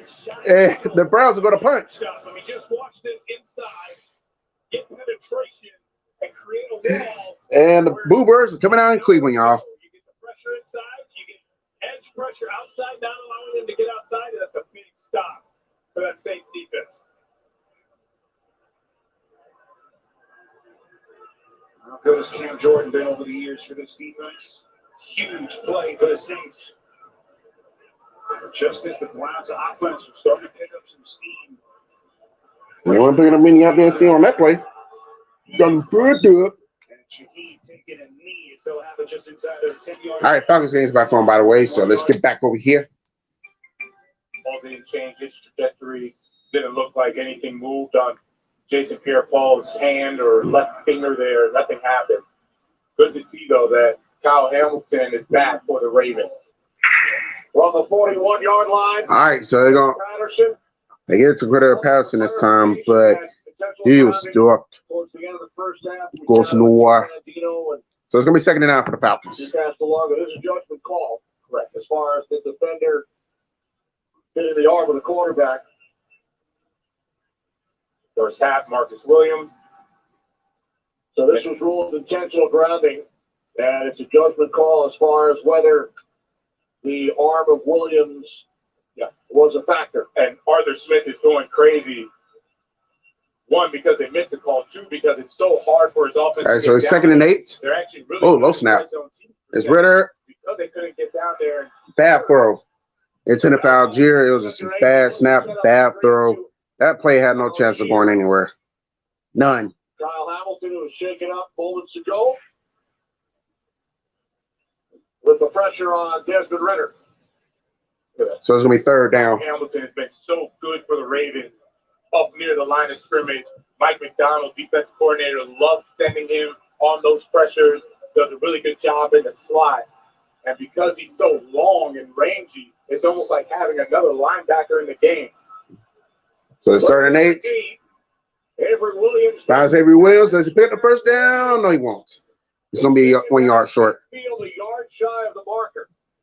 But do not be surprised if Arthur Smith goes for it. Brings up another He's done it once. He'll do it. It's 4-1. He'll do it again. First half. Looks like he went Meanwhile, touchdown Bills. 20-10.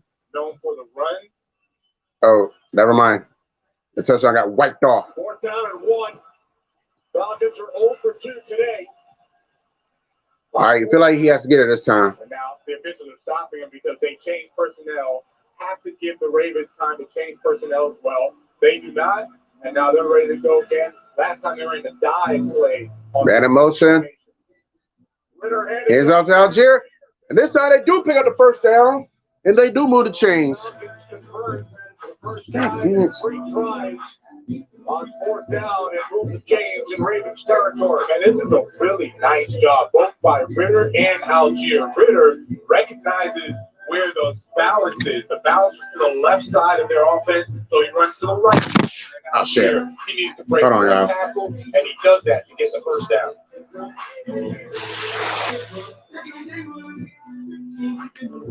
All right, there we go. Now again, the officials come in. For what? They will respot the ball back at the 46. All right, bro. Scout away. Originally Yeah. spotted at the 44. Okay, so it's 21-10 Bills. Okay. Arthur Smith signaling, let's go, man. Let's So they went for 2 then. No, they did. Okay, no. They went too early on the previous touchdown. It went not this time. So 21-10 Buffalo Bills. I already said it for the run away this game. From the 46-yard line. And they meanwhile Ritter gets it back to Algier. Maybe about 2 yards there. Falcons trying to score here to make it a game. Jonathan Elvis, Shannon Spate, 14-3 lead for the Ravens. By the way, the Saints have tied the game 10-10 with the Browns, so the Falcons keeping an eye on that one. Carolina blowing out Detroit 31-7. What a job interim head coach Wilson has done.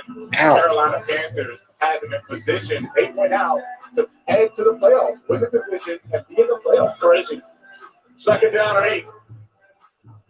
All right, 2nd and 8. Algier Falcons just keeping it on the ground. to the 41-yard line. Jason Pierre-Paul made the tackle. So the Falcons would be eliminated with a loss and either a Buccaneers win, they play tomorrow, or a loss and wins by the Panthers and the Saints. Panthers winning, Saints tied. You can see the Falcons starting to go a little up-tempo. So it's 35. First down. And Drake London picks up the Falcons' first down to the Ravens 33. Ritter with a nice completion, a little bit behind Drake London, but Drake London is so big, able to contort his body to make that completion. Look at his eyes right down the pipe. Fifth catch today for number 5. Zacchaeus goes in motion. From the 33, it's Algier. Falcons have started to get the running game going, Jonathan, on this drive. That's right. When you can convert these third downs or even stay out of them with the way that the offense has been going, the defense starts to get a little tired, a little worn down. As good as they were in the first half, second half, all of a sudden you're going these long play drives, and you're going to find some creases in the run game. All right. They go right back to Algier. The Falcons are the red zone now. They just pound the rock. Pound the rock. Pound the rock. The walk-on at BYU, played some linebacker as well. 139 yards on the ground last week against the Saints, and he's been a key factor. Said do what works, then. That's how I look at it. So I'm just going to get a little breather. So they're going to let Cordell get a couple of carries now. Like I said, Falcons are in the red zone. I don't know exactly where the ball is at. We got to get this guy. Because okay, it's at the 18. One tackle, he's going to get 9-10 yards. Right, Kenneth Walker. Here's Patterson. Patterson gets the carry. Falcons have more rushing yards on this drive than they did in the entire first half. And it's been he picks up about a gain of 6 there. So look at it be 2nd and 4. Controlling that offense, doing a really good job.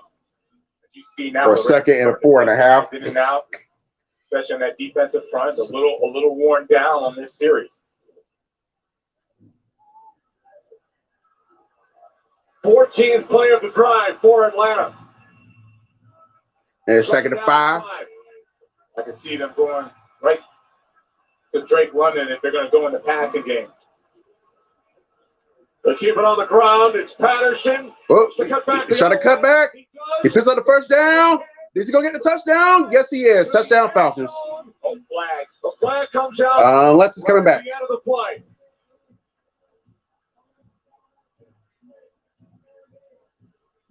And Arthur Smith is up and down the sideline, jumping, saying that it was a flop. Holding on the number 17. Oh, scratch the touchdown. Is holding on the Falcons, so that play is coming way back. Zacchaeus is responsible for the holding penalty. Oh, I don't know about that one. I don't know, Kenny. Look at Arthur is beside himself. He cannot believe it. That was a really good acting job by Brandon Stevens. And then you can even see Zacchaeus' hands. There was no grip on the jersey. He just kind of let him keep going down to the ground. That was a great job selling it by Brandon Stevens. So 2nd and 8.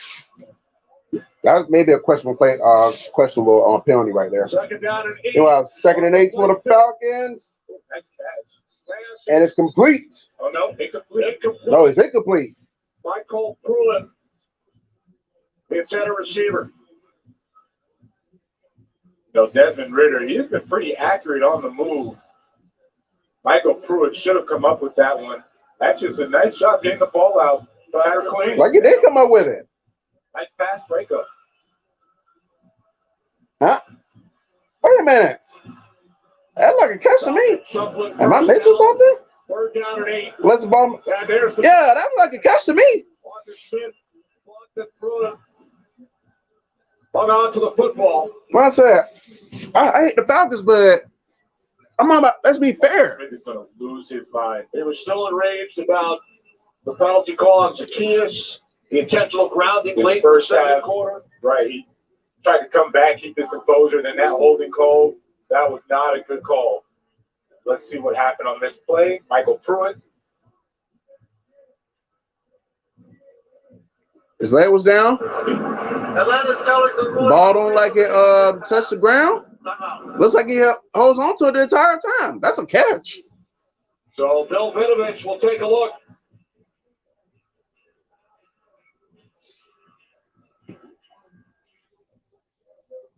Meanwhile, while they challenging that, I guess we'll go to Cleveland for a second. Browns do have possession. Sean Lattimore. Watson's Interception. Is it going to be a pick 6? No, it won't. That was intercepted by the Saints. Deshaun Watson is looking like a deer lost in headlights.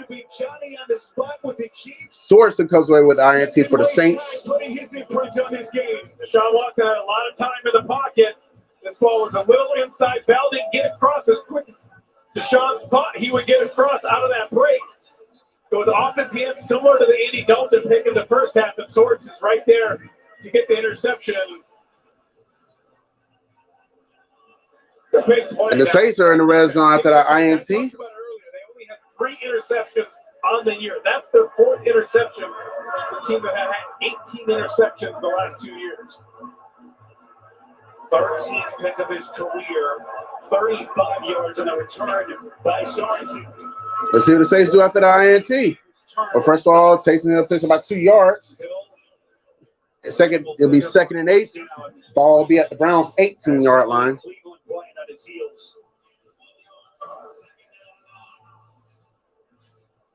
Well, sudden change. You got to come out as a defense. Your offense throws an interception. Come out here and get a stop. Force him to kick a field goal. Nothing guaranteed in the kicking game in this kind of condition.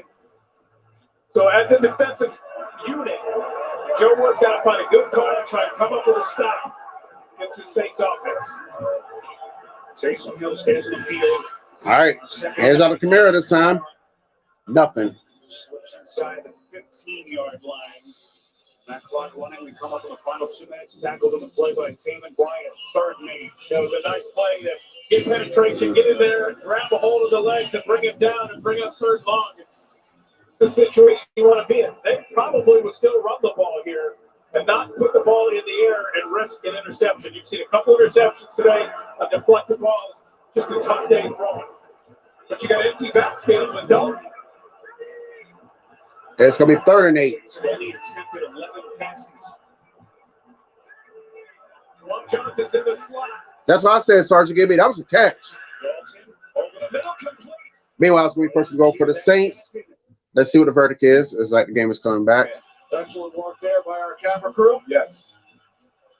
Bringing the elements today here in Baltimore. Yeah, they're tougher than me. I'll tell you that. You said it, not me. So they didn't give it to him? You would say that. Ritter, here's Zacchaeus. Stays on his feet. And that is tackled. Got back to the line of scrimmage. No more. 16-yard line by Roquan Smith. Those linebackers really getting after it. Kyle Hamilton. We got another Saints touchdown. There he goes, and he at least slows down, eliminates that kid, and then allows for those fast linebackers. Roquan Smith, he's been doing that since his Chicago days, man. He's going to keep running and running, and he's going to make this defense one of the best defenses for the next 5-6 years to come. There's Koo from 30. Yeah, that's a bad call then.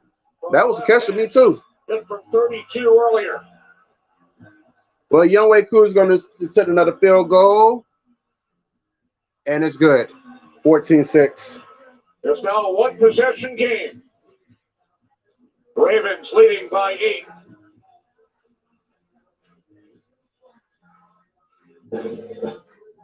Aw, I love to have one of my own someday. Babe, she's not your mom. Say hi. Oh, I was talking about your USAA bumper sticker. I tried everything to get a membership. Yeah, my dad served in the Marine. He passed the membership down to me. I'll pass it to her. Wow. That's a lucky kid. Who's he? That's Brian. Oh, the young special guy. That fool said the young special guy. You ever watch a football game?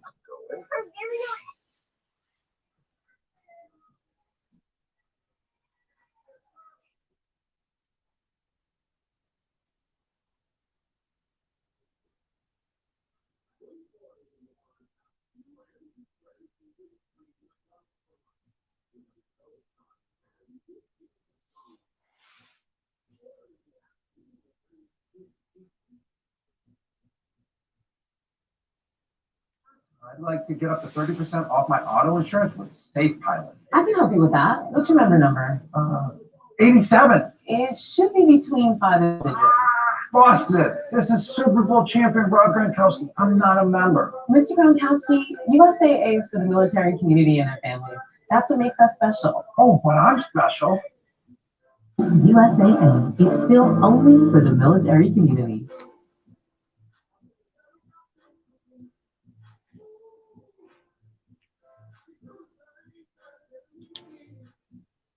All right. We'll be at Lions and Panthers, I guess.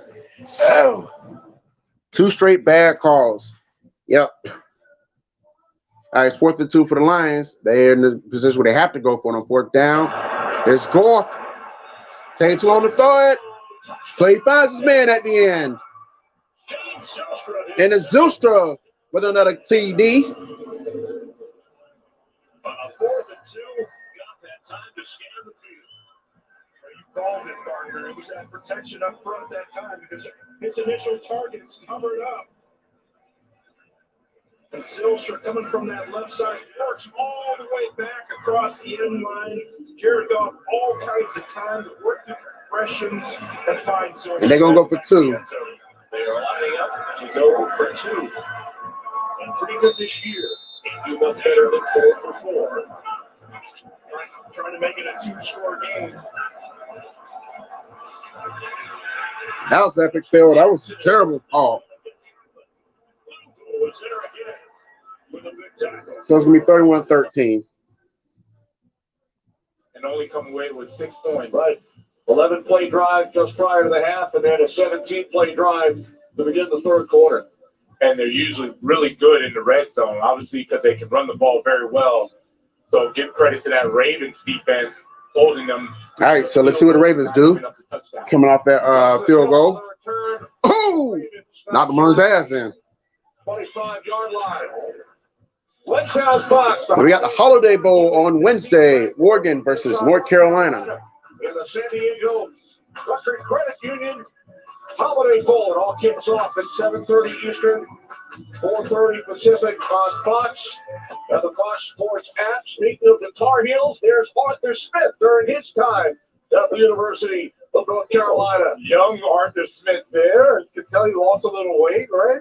Lost a little bit of that neck, or maybe he didn't. I don't know which one. Prior to that, Georgetown Prep in Bethesda, about 30 miles south of Baltimore. So the Ravens finally back on offense. Here's Dobbins. And it's like JK is going to get wrapped up and get no yards on that play. It makes Ritter look bad. He's been solid today. From there, he said he's done okay, you know. Offense and defense, and you can tell you remember any of you know, he doesn't look good, but it's not like he's doing bad either. Foremost, and you can see what he's done last year. The numbers are decent. In the running game this year. He's turning. You know, he hasn't thrown an interception, so that's, you know, in the run game, I'm not going to, you know, that's something. It's been really. Oh, the Giants took the lead. What the? Atlanta Falcons. He spent 10 years in Tennessee. Meanwhile, it's 2nd and 10 for the Ravens. And they're going to pick up a first down right there. Pass out to the. Who are you rooting for, Hyden or SLITA, when Georgia and the Sutnuts play? I'm not rooting for Hyden or SLITA. I'm rooting for Michigan to win. I'm rooting for Michigan to win it all. That's what I'm rooting for. More zone. They did that to help out the secondary. And Huntley said that Sean Jackson had some tricks. I want to see some tricks down the field and use that speed that he's been known for. Or TCU. Like whoever wins the TCU Michigan game, that's what I'm rooting for to win it all. Run a 4-3. I got no corners to TCU. I don't mind them winning it all. But I don't really trust them either though. Not against Michigan. Active players, really only Julio Jones and DeAndre Hopkins. Oh, he's still fighting for yards. Big push here out across the 40. And there's the whistle. Was the whistle blown before he got the first down? 41-yard line. Nope. Yep. Gains 8. Nope. Whistle was blown before he got the first down, so it'll be 2nd and 2. Break with Carissa. Thanks, Kay. Meanwhile, they're showing the touchdown by Alvin Kamara. As the Saints do go at 17-10 now. 4 Saints in front for the first time. That's not good news for the Falcons. Okay. Not good news. And Carissa, that is certainly. Saints and the Panthers are winning now. The Falcons still losing. Keeping their eyes on, because if Atlanta loses this game here in Baltimore, they will be eliminated with wins by both the Panthers and the Saints. And they score for them.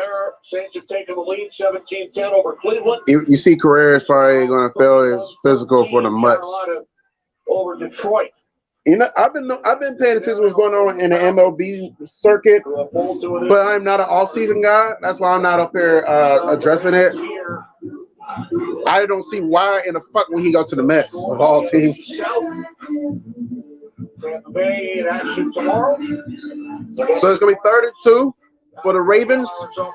Falcons need a big stop here. They're still in this game. If they can get a stop here and find a way to get a touchdown and get a 2-point conversion, the game's tied. There's Huntley.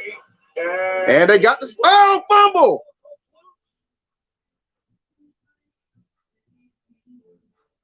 All right, what happened? We got it. Okay, Ravens got it back. Don't matter. It's 4th down. Ooh, Ravens got lucky.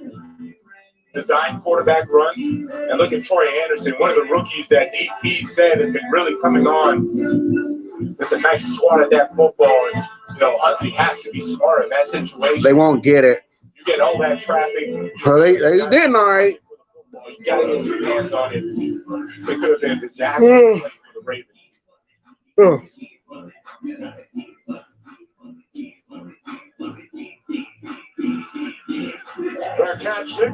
And unlimited beer once the Falcons ain't on commercial. Up there, that's commercial. The emotions of Marcus Smith. He's beside himself.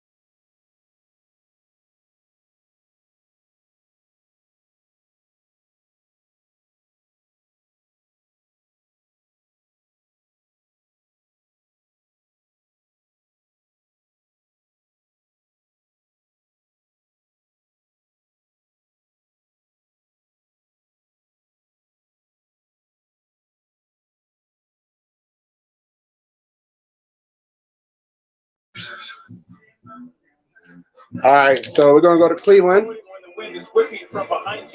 It's 3rd and 8 for the Browns. Meanwhile, score updates: the Patriots finally score. About time. Won't matter though. They're about to lose. Texans are 10-7 on the Titans, and they're gonna be going to halftime momentarily. Oh, by the way, we are in the 4th quarter here in the Saints-Browns game. Looking for Njoku, and it's 4th down. I just don't get when you have this offensive line. That's the strength of your team and running the ball. The Saints have struggled stopping the run. Why you are passing as much as you're passing right now? 37, yeah, you got to do it. But to take a shot again, that's 3 second downs in a row that you're throwing the ball when you're not. And just so people want to know,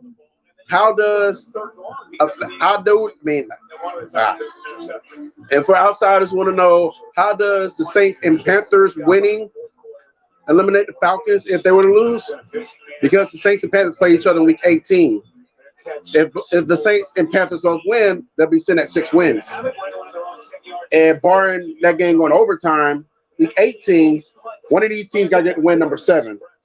And the Saints and Panthers have tiebreakers on the Falcons. So they just say hypothetically, Saints, Panthers, and Falcons all finish 7-10.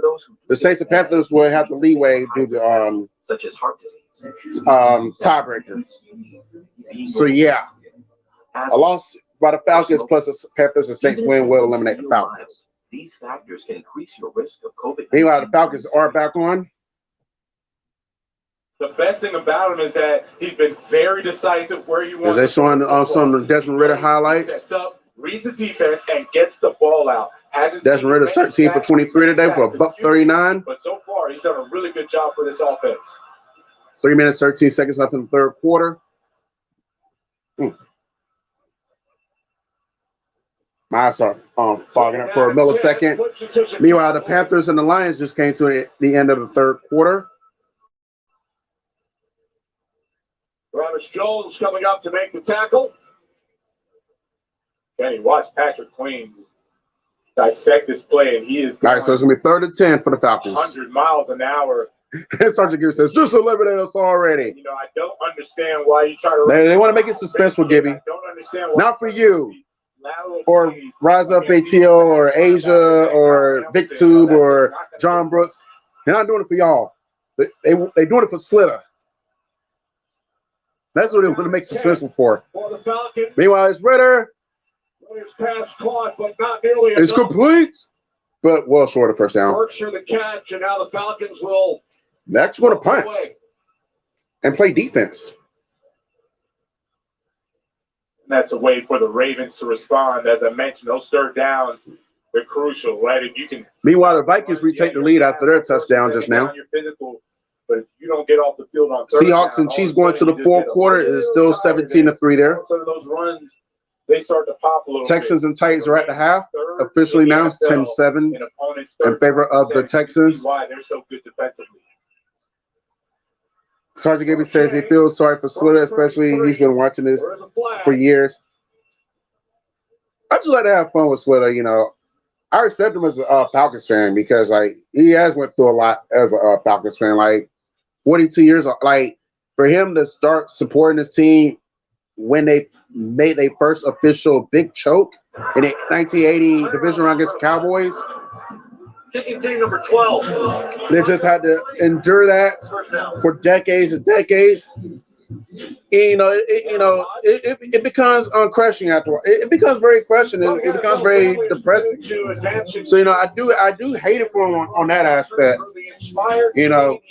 Initiative. New Inspire Change Maker Award recognized community members working every day to create progress on important issues. At this point, change and these change makers visit NFL. The rest of the SLITA season is going to be hoping for the Eagles to fall so you can laugh at where you're hiding.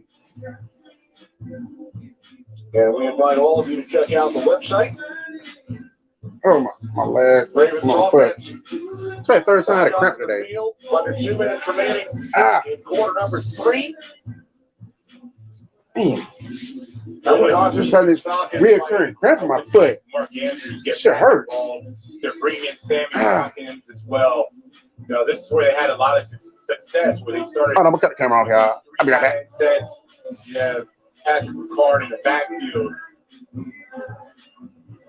You gotta get your Pro Bowler going again. 2 catches for Andrews today. Play action. There he is. Lovely Andrews on cue. All right, I'm back. I had to get rid of that cramp in my foot. And it makes sense when you have. Sergeant gave me hope is that Georgia beats Ohio State. I don't ever want Georgia winning another national title as a Florida fan ever again. But I think I think long and hard about it is like I don't care for way high like that, as far as his braggadocious style.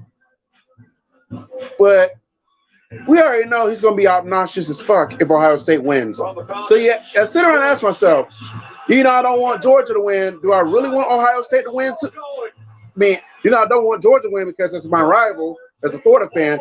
Do I really want Ohio State to win so he can brag? No, I don't. So Michigan or TCU? One of those. I want one of those teams to win. Meanwhile, a big run there by Edwards, and it's like I almost said the Redskins. The Ravens are in the red zone. Big boy and those guys, get off me. Keep going. Get off me. Keep going. That's a season-long 37-yard run for Edwards. So the ball's at the 9. And they go right back to Edwards. Just by a gain of 4 there. Down to the 5. They're talking about the Pro Bowlers, the tight end Andrews, Roquan Smith, who was acquired from Chicago in early November, Humphrey, Ricard for the 4th time, Tucker, and Duvernay. Yeah, these guys, when you watch them on film, they pop out. They are well-deserved, and this has been. Is that the end of the 3rd quarter? Yes, it is. Smith, got 15 minutes to go.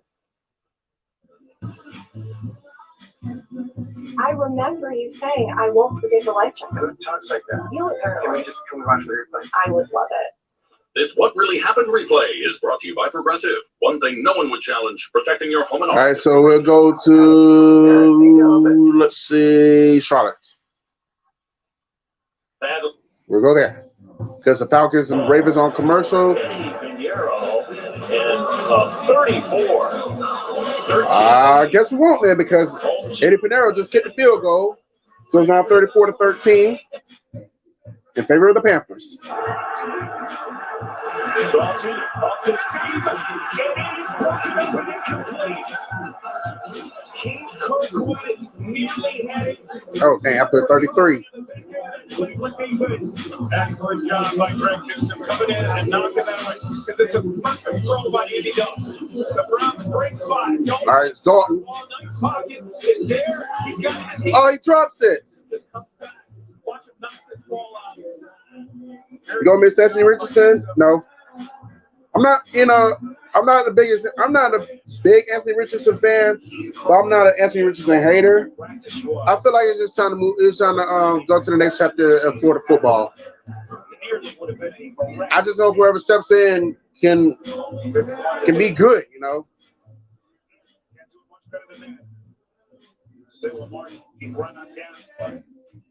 What the fuck? 40 yards to the front end. Gilligan's strong day continues. All right, on Direct TV, don't start that fuck shit now. All right, so everybody's on commercial. I guess we go to Big Blue then. I mean, not Big Blue. We go to Minneapolis until the Falcons come back on. Big ups to Sports and Stars with Jay, my fellow Cap. She's a Vikings fan. Big ups to the Entertainer Talking Sports, Bad Dog, Zay94. Giants fans, you know, it's a good game so far. Vikings already won the NFC North last week when they came back from down 33 points and beat the Colts in overtime. Giants, on the other hand, got a really good win over the Redskins last Sunday night. They increased their playoff hopes. They're still alive. I'm not sure they clinch this week with a win, but if they win, it helps that case out a little bit more. Meanwhile, we're going to go back to Baltimore. There's the Falcons-Ravens game that's back on. There's never lost on Christmas Eve, December 24th. 3-0, right? 3-0, that's right. Here's Huntley. And Huntley runs it. Sergeant Gibby says no point in continuing the season, just lose out and get a better pick. So they wouldn't agree with me, but it'll happen anyways. I kind of agree with SLITA. Not for the Falcons though, but I kind of agree with SLITA too. I'm a competitor, always want to win. I can care less about the top draft pick, you know, because sometimes getting a higher draft pick is not going to guarantee instant success. You know, ask the Chargers at in 1998. Ask the Raiders at in 2007 when they got Marcus Russell. Meanwhile, Huntley is on the 3rd and goal. Is he going to throw it? Throws it away. See Mark Andrews, he's upset. He said, throw me the ball. He says, throw the ball. And then we try to throw you the ball, you know where to be thrown.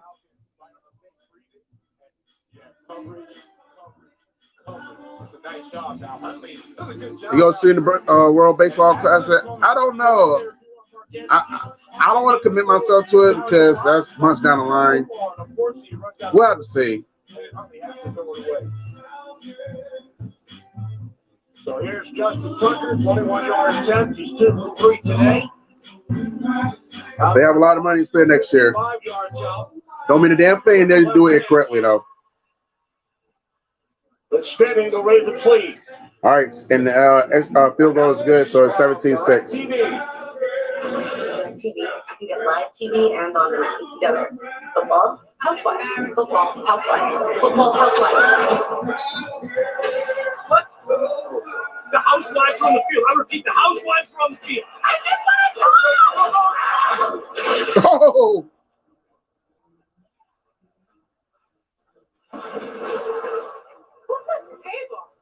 Get your TV together. Call 1-800. Probably you. Why you answer that question? $120. And Andrews is open right there. Now he's telling Huntley, throw me the ball, and you see that he can't circle back around. He ran out of bounds, and then you'll see the frustration from the Pro Bowl. He's like, dude, I made the Pro Bowl. I made a living off this. Just throw me the football. I'm open. I promise you I'll catch it. Maybe next time. If they get it next time. That's that competitive spirit that they talked about for Andrews. Remember, Greg Roman said, I can't even go and try to hype him up before a game. Shannon Spake talked about it, that they have to actually calm him down. He gets so excited for these games. And he said, you know, if I wasn't playing tight end, I'd rather be on defense because that's where all the action is, the hitting, the bludgeoning, going up against the other guys and tackling and stuff. He loves all of that part of football. All right. After that field goal, competitive, always wants the ball, and for more on Mark Andrews, here's Shannon. Yeah, he used the word violent, right? Violence, that's what he likes in the game. I did ask him about adjusting to new quarterbacks, something that they've had to do the Falcons over the past couple of seasons. And he said, I just have to remember to be myself. Listen, he said, I'm the quarterback's best friend. They can trust me, and if they do, we'll make plays together. And that's exactly what you're talking about, Vilma, what happened on that last play. Just trust the tight end. Yeah, I don't think he said it so nicely, but I agree with you, Shannon. Ravens defense back on the field. All right, so first and 10 at the 25. Trailing by 11. Is Ritter comes back out again. Pass caught. Yeah, that dude was stonewall right off the rip. Probably don't get back to the line of scrimmage. Falcons have had some missed opportunities. Got the ball on the 1 yard line. When did they not have missed opportunities? Forced them back. Wound up getting a field goal, and then the holding call on Zacchaeus. Patterson thought he had a touchdown, held to a field goal once again. So it's 2nd and 10 for the Falcons. Yeah, they were not getting any help from the officials down in the red zone. Lions in the red zone. Meanwhile, 2nd and 10 for the Falcons. Man in motion. 2nd and 10. Hike it off. Go back to the ground game. Just pick up a first down. Yeah, he gets about the 42-yard line. Out to the Cody Haken says, I don't think Falcons making the playoffs. Falcons are not making the playoffs. They're not. Out here with the bird hopping right over them. At this point, it's just timing. When are they going to be eliminated? They could be eliminated as early as the next hour. They could be eliminated tomorrow night. They could be eliminated next week. But it's going to happen. It's just a matter of when. Algier. This set it down. Zacchaeus goes in motion. It's Algier again. But they hand it off to Algier in the meantime, though. Across the 45. Gain of 5. This tomorrow as we take a look at the playoff picture. Teams waiting to clinch. Some teams already represented on the tree. I mean, it was all just so joyous and festive until you see eliminated down at the bottom. The broken ornaments on the ground. Falcons do not want to join that club. Well, they're going to join that club in a minute. Meanwhile, they get to Cordero this time, and he stopped at the line of scrimmage. So it's going to be 3rd and 5. Into the win and a Patriots loss. Cincinnati leading by 16 in Foxborough. Well, there you have it, ladies and gentlemen. The Baltimore Ravens are in the playoffs with a win and a Patriots loss. And right now it's working in their favor because they're up 17-6 on the Falcons. And the Patriots was just getting, well, they was getting thrashed. They just scored. You're right. That might be. They just scored a touchdown. So jury's out. But if the Patriots shall come back and beat the Bengals, which I don't think will happen, but it's just hypothetically they do, they can still get in with the Dolphins loss tomorrow. Who made the switch from the defensive side. Meanwhile, the Packers pick up the first down. Williams gains 13. And this is a great job. And the Lions still in the red zone. They haven't yet to score. He turns his guy. Roquan Smith wasn't able to get there in time before the first down. And that was really good scheming. Arthur Smith really calling that run play. And it looks like it was 4th down. They didn't score. So the Panthers are going to take possession. Now the Falcons over 100 yards on the ground. They had only 29 in the first half. Be ready for Drake London at the top of the he's wide open. Having success in this passing game. No, they sit to the ground. Sit to the ground. About the run game all afternoon long. These teams 2 and 3 in the league. Meanwhile, the Bears out on the field goal, but who cares? The Bills are still going to win. I've been saying that even when the Bills are losing, I said they're still going to win. I should put. If I was a betting man, I would have. That would be the first guy I would have put money on the Bills over the Bears. Passing away just a couple of days before the 50th anniversary. Yeah, I almost had to go kick Tyler Bass's ass because he probably would have fucked me right there. But they're up by 8 now, so. 2nd and 8 for the Falcons. 2nd down and 8. Play action. Whoa! Escapes pressure. And he finds his man in there for a first down. Happened to be Drake London. At the Ravens' 25-yard line, 14-yard connection. And the pressure is coming from this side, but watch the poise that Ritter has. As they're coming, he steps inside the pocket as opposed to trying to roll out of the pocket. I love that he keeps his eyes down the field and finds his main man, Drake London. 8th play of the drive. Ball's at the 26. Ritter and the Falcons. They go back to the ground game. Maybe about 2 yards there. So we're looking at 2nd and 8. What's going there and going back to Franco Harris. The most interesting thing. Seahawks in the red zone. Come on, Seahawks. Pull off the upset. He drafted Franco Harris. He actually said that. If you got no time, we have to see. He didn't want to go to that organization. They hadn't won anything in so long, and it was more than him just being a good player. He brought everyone around him, raised their level of play, and now they're the Steelers that we know today because of Franco Harris. He was jealous. The immaculate reception. Why Bill Mitchell went to the Baltimore Colts. 2nd down and 8. Here we go. He goes deep. He finds Lundy again. First down and goal for the Falcons. The Ravens 5-yard line. Let's see how they do it this time. They got down to the 1 and came up short because they decided to run backwards and commit penalties. But this time they at the 4. Got to play it safe. Hands off to Algier. Takes it down to the 2. With some help from Ritter. Wow. What a catch by Drake London, though. Desmond Ritter and Drake London. And double coverage on top of that. That was dope. Trusting his wide receiver. That's it right there. All right. There's Algier. He stumbled. They made a fell on the ground. That is the See, why y'all not getting to Cordero here?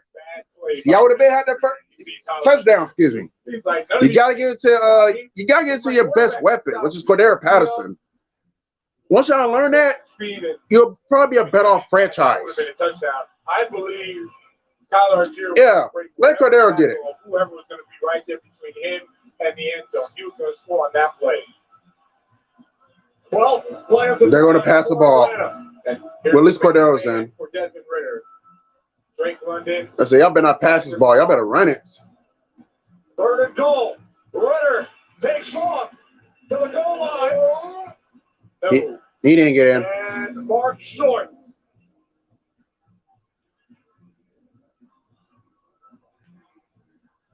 And no hesitation for Arthur Smith. They're going for a 4th down. Well, they got to. You're down by 11. Linebackers, Patrick Queen, laying the boom on, and Roquan Smith had him wrapped up as well. Give me at the 1 again. If they know what's good for them, just hand the ball to Patterson and let him get it. If you don't get the passing and y'all don't convert this, y'all deserve to lose this game. Arthur Smith. Hey, Justin Pierre-Paul sighting. Oh Lord, they got Algier in. Ritter hands it off to Y'all deserve to lose. They finally bring Algier to the ground. There's a flag on. Looks like an illegal shift. Illegal motion. Offense number 46. Penalty decline. Result of the play. That's your fault, Arthur Smith. You should have had Cordero passing in on that 4th and 1. 4th and goal, excuse me, at the 1-yard line. Why in the world did you put in Algier? That's a indication that you wanted to go. You want to lose this game. You want to be eliminated from the playoffs. You want SLITA to rant. You want Falcon Fizz to go ape shit on Twitter. This is all your fault, dude. I wonder why the Falcons clown you. It's funny now. It's funny they clown you. You deserve to get clowned on. If they bring you back next year, it's because Arthur Blank felt bad for you. Let's just call it like it is. Gets that first down. We haven't seen in the second half Deshaun Watson run the ball.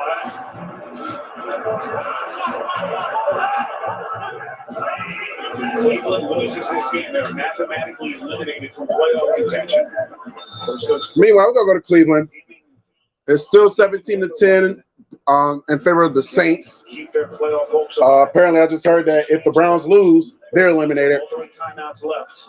They should have been eliminated after week 10 because the Browns are irrelevant. They've been irrelevant since God knows how long. 2020 was a fluke year when they went 11-5. The Browns are not good. 2nd and 10. Watson faced again over the Excuse me. They do pick about gain rates there though on that pass. Cody Higgins says, "When does baseball season start?" Got a while before that. I guess you're a Hawks fan. Yeah, I know the Hawks are not doing too good either, from what I've been hearing. Which is good news for me because I hate the Hawks. I'm glad they suck. That's just where Hunt has been dangerous. These third down plays. They give to Hunt. Wow, Green Hunt actually picks up a first down, y'all. For Cleveland. First down Browns. Clock's down to 3 minutes. You have 3 timeouts and the 2-minute warning. So plenty of time. But because of the conditions and the inability really to throw the ball, still have to be in somewhat of a hurry.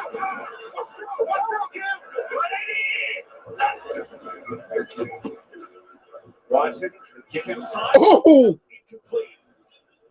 Good defense there by the Saints. Almost I don't want to say almost intercepted. That was just good defense there by the Saints. He reads it perfectly, jumps the route.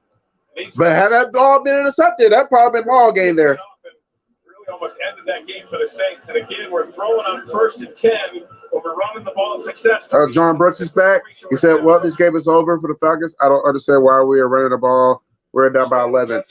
No, it's not. I mean, run the ball. No, John, here it is. You're down at the 1 yard line.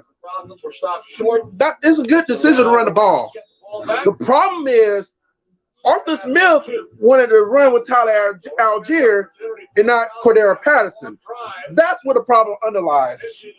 And the fact that you had 2 occasions at the 1 yard line, he doesn't feed Cordero there. That is going to be the game change. That's going to be the difference in y'all winning and losing this game.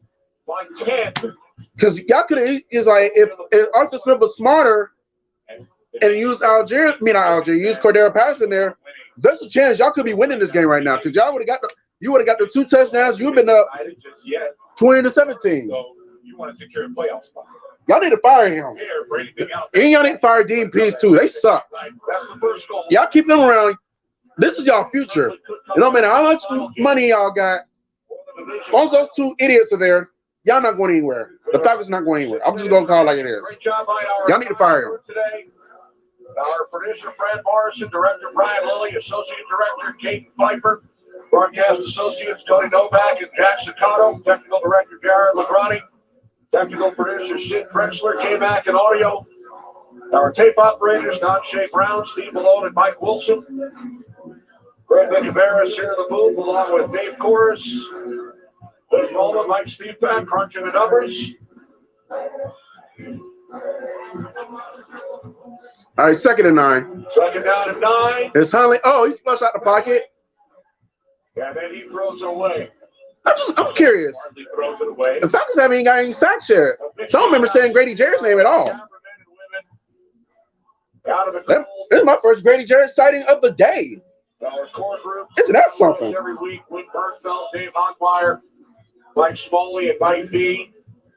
Along with Don Harrison, Brent Putman, Kevin O'Harrell, Pete Stendel, and Nicholas Bunting. Great job, everybody. They were here setting up in the 40-mile-per-hour wind. All right, so it's 3rd and 9. 3rd down at 9. He goes deep. Overthrow. Incomplete. So it's going to be 4th down. The Ravens will punt it right back to the Falcons. Oh, man, that was Sean Jackson. He's done this for so long and just a yeah, it was just overthrown. There's Huntley looking and saying, man, we could have had that one, but missed opportunity. He could have had it, he not overthrown it. That was what it boiled down to. He just overthrew the man.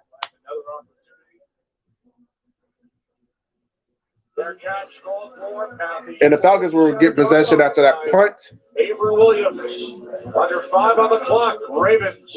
Arthur Smith is still a dumbass, though. I shall return momentarily, y'all. Just enjoy the sounds of the Panthers and Lions game while I go. Step away for a millisecond. Most teams in the NFL are very equal in the amount of talent that they have. So it really comes down to attention to detail. It's focus. It's the little things. Sounds like coach speak, but that's exactly what it is. It's a perfect demonstration of that. Carolina showed up, played harder than Detroit today. Got over 300 yards. It's a tough hit still on Allen St. Brown. And Xavier Woods, who delivered the hit on Reynolds previously, made that play. See, I'm around the slot here, and Xavier Woods, as you mentioned, just sees it all the way. Just watching Jared Goff's eyes coming out from that safety spot, getting there, perfectly times it as the ball gets there to knock it away. That's the fifth 300-yard game this season. Jared Goff had twice scored more than 40 points. And right at that time here, the Panthers have been stingy. Oh. Sixth at the first down, the average swing. All right. He got up as if he wasn't, but that he burp. was touched. It's first and goal line. Well, the Lions are back in field goal. I mean, in the red zone. I don't think it's going to matter much. I think the game's over with. Here comes a flag in the end zone, trying to get it for Josh Roberts. Ayers01 says, how's it going? It's going all right. But the Falcons at least scored a touchdown this game. They had two opportunities to score a touchdown, but Arthur Smith wanted to be a dumbass and not run the ball with Cordero Patterson at the 1 yard line. So at this point, I don't think they are going to score a touchdown. This one, I think that he does. Sergeant Gibby says, fire the no, don't fire the water boy. He did nothing wrong. Draped around and You know, because water boy only has one job. Let's just give the players water and Gatorade. Don't fire him. He said, fire the school chancellor, hire Derek Dooley, and fire. They got the touchdown? Yeah, they got the touchdown. Oh, he's on General Ballfuck. Yeah, General Ballfuck went away after they lost to Georgia.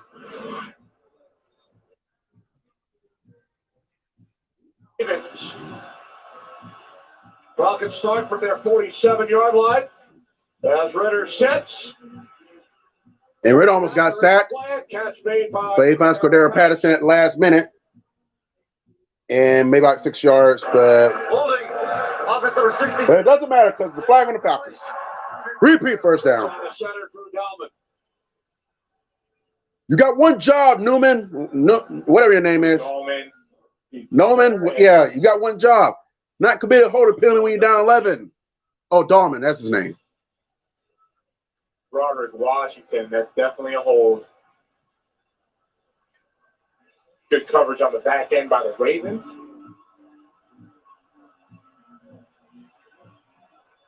First down and Woo, 20. shit. Ritter over the middle looked like That was just a bad throw. He had no chance of catching that. Second and long upcoming as we head for a game break. Carissa. Thanks, Kenny. So the Chiefs were already up 17-3 when Patrick Mahomes, does what Patrick Mahomes does. Scrambles. You're still a bitch, Patrick Mahomes. 3 yards. More importantly, Joe Burrow's bitch. Don't ever forget that. 24-3. Kenny? Right, thanks, Carissa. Saints continue to lead the Browns. Under 5 minutes left in this one. All right, he finds his man in them.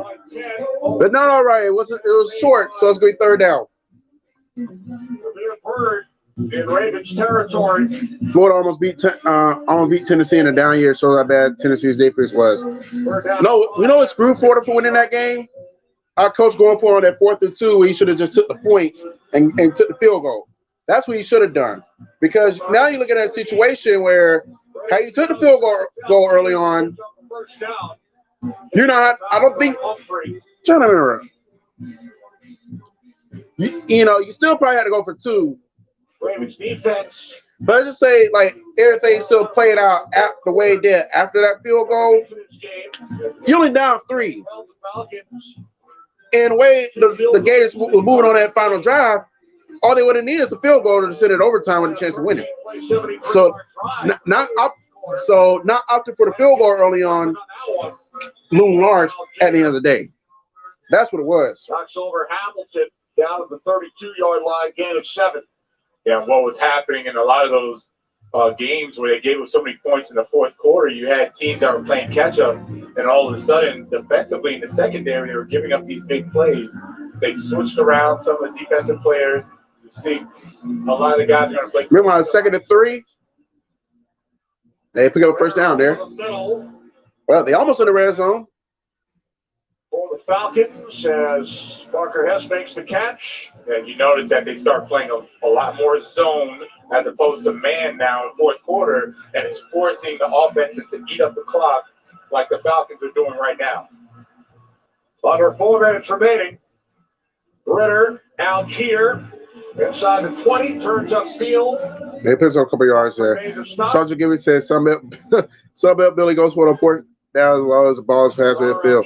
But Sunbelt Billy needs to know when it's okay to be aggressive, to go for it on 4th down, and when to be smart enough to just take the points when they're available. That's just that. South in the next few years, he runs hard. Meanwhile, Ritter picks up the first down on the ground. And Ritter picks up a first down. Ritter grew up in Louisville. And that's Louisville. Yeah, that's how he says it, Louisville. Ayers 01 says, I know it's only been 2 games, but where would you rate Ritter so far? Is he better than Mariota? I didn't watch I didn't really watch last week's game when he started. I'll just listen to SLITA when as he's doing play-by-play. Big fan of Teddy Bridgewater. But as far as like today, he's doing okay. He's making plays when necessary. Games during his collegiate career at Cincinnati, Kellen Moore, the Cowboys' offensive coordinator, Colt McCoy down with Arizona, the only quarterbacks in FBS history with more victories than Desmond Ritter. And that tells you anything about his leadership. No one even knew where Cincy was on the map talking about football, and all of a sudden he takes them into the college football playoffs. So if you want a guy, forget the talent for a second. So it's 3rd and 1. You know is going to lead a team. The game was there to be tied. We couldn't bring it in. Okay. May have some high-powered drama in Cleveland. We're down at 1. Patterson in the backfield. Reload. They're going back to the original play. All right, hands it off to Patterson. I do not like that at all. I don't like that at all either, Jonathan Vilma. Patrick Queen. Comedic to stop Patterson. Yeah, you're going to hear Desmond Ritter. He's checking, and then he says, reload, reload. The defense slides back to their original position. And as I said, you cannot go laterally against this defense. They're too fast. Roquan Smith, they literally traded for him because they needed someone that could do exactly what he's doing right now. Get north and south, get past the line of against Tampa Bay. All right, here we go. It's a ball game in Cleveland. It comes down to this. It's Watson. 23 seconds. Watson. He's in trouble. Look out. He's going to be sacked.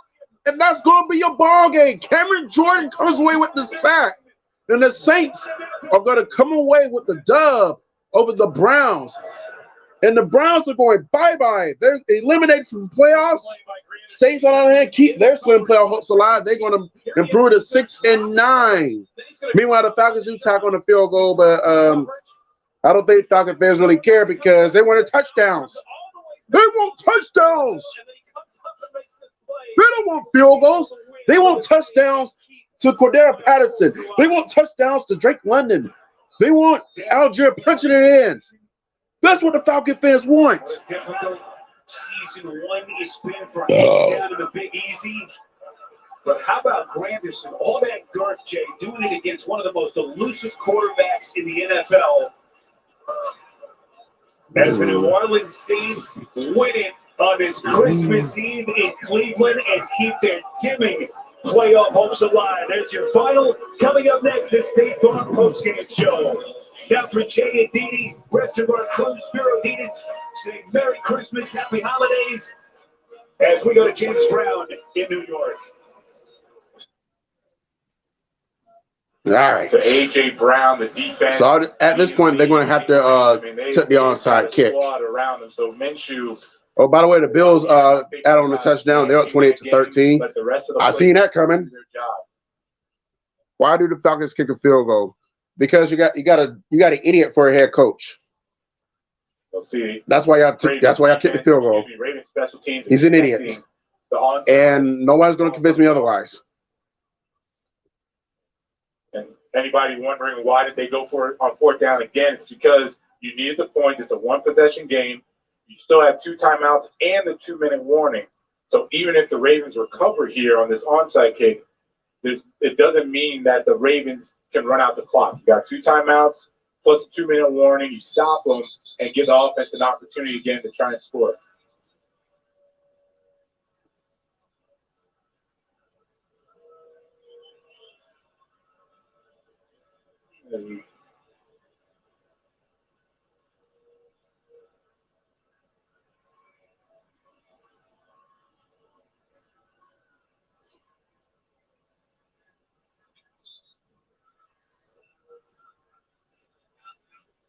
Ball stays on the tee, and Pinion will kick it downfield. Yep. Take it out to the 27-yard line by Justice Hill. So it's Ravens football leading by 8. And it's Ravens football after the 2-minute warning. Our season's over the same. Same old story.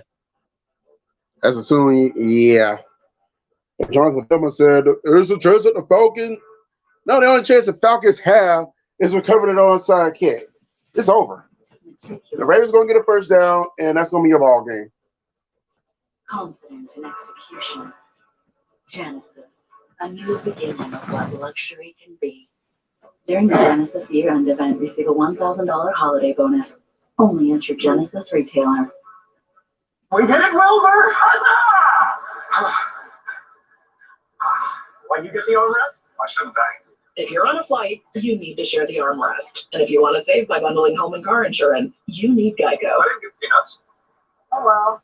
When cold symptoms keep you up, try Vicks NyQuil Severe. Just 1 dose starts to relieve 9 of your border's cold and flu symptoms to help take you from 9 to none. For max strength nighttime relief, NyQuil Severe. The nighttime sniffling, sneezing, coughing, sore throat, best sleep with a cold medicine. Santa Claus? Come on, man. It's Santa Barkley. You're back. I'm stuck. But you're back. That's right. And I come bearing gifts. I'm delivering over $20 million to all FanDuel customers. Wow. Thanks, Santa Barkley. Gary? You weren't kidding. Come on, man. Let me out of here. 1 second, St. Chuck. Hey, Gary, that bird's in here. Santa Barkley is back, and he's delivering over $20 million in gifts to all FanDuel customers. 2 full meals, $5.99 each. One for Royal Christmas, 2 fries, 2 drinks. Double them up or mix and match. Whatever you want, we're into that. Having your way. Week 16 continues later today on CBS and Fox, then tonight on NFL Network. Stream games live on your mobile phone with NFL Plus. I did what I did because I had to. It's dangerous. To make this right, you have my word. Today's game on Fox is sponsored by Burger King. You rule. The battle in the NFC South continues. Tampa Bay in action tomorrow. Falcons trailing this game by 8. They would be eliminated from the playoffs with a loss and either a Bucs win tomorrow or a loss and a Panthers win today. The Saints have already won their game 17-10 in come-from-behind fashion over Cleveland. Okay, so the Panthers score again. 47-20 with under 2 minutes remaining. Falcons have 2 timeouts. I guess Falcons season done. I expect the Vikings to collapse over the Giants today. Looking at Eagles over them boys. So Carolina. Yeah, I think the Eagles will beat the Cowboys. 6 seconds away from winning their game. The Panthers win. And happy holidays to you too, Ayers. Appreciate you for stopping by. Would be eliminated. Right now, 1 timeout, 1:53. All right, so we're on the other side of the 2-minute warning. Panthers just tacked on the field goal, so it looks like that one is all but cooked. And they'll have an Meanwhile, the Giants just scored. But they'll have an opportunity. Meanwhile, on the other side, Ravens clinch a playoff berth with a win. And they're going for 2. They make this 2. They tie the game's tied. Patriots bouncing a comeback. Does he get it? 18. They got it. It's tied up. 24-24, Vikings and Giants. Meanwhile, the Patriots are trying to come back. It's 22-18. Bengals lead. If the Patriots come back and win the game, Ravens clinch the playoffs with a win and the Patriots loss or a Dolphins loss. Gus Edwards. Yeah, that's it. First down. Ravens gonna win. Like I said, first down gonna win it. We all knew it was like what gonna happen. Runs right behind those big offensive linemen. They've had a chip on their shoulder all game long as well. None of them getting voted to the Pro Bowl. And that running game has been on fire today. As cold as it's been, you got Gus Edwards getting out there, stiff-arming guys. And one thing you'll notice, look how long it takes before you see an Atlanta Falcon defender touch one of those running backs. It's 7 yards down the field, 8 yards down the field. That tells me the offensive line is doing an awesome job blocking, and there's Huntley with that 2-point conversion, have them up 17-9. And look at the numbers, the rushing numbers. I mean, that travels any day of the week, any temperature. You get that many yards on the ground, you should win. And the Falcons use their final timeout, so by virtue of picking up the first down, done. Ravens can run out the clock. You see the best formation in football, victory formation for the Ravens. That is ball game. So missed opportunities, as we talked about throughout the afternoon for the Atlanta Falcons. The Ravens with 186 yards on the ground. Couple of sacks in the first half. The Falcons offensive, they're going to go back to the red zone opportunities. You don't get many against the Ravens. They did not capitalize in those situations. I know the referees, they make calls, shouldn't have made calls, whatever you want to call it. The point is, they didn't get touchdowns. Bonus coverage coming up. Giants and Vikings tied at 24. We're there for the tie game between the Giants and the Commanders earlier this month.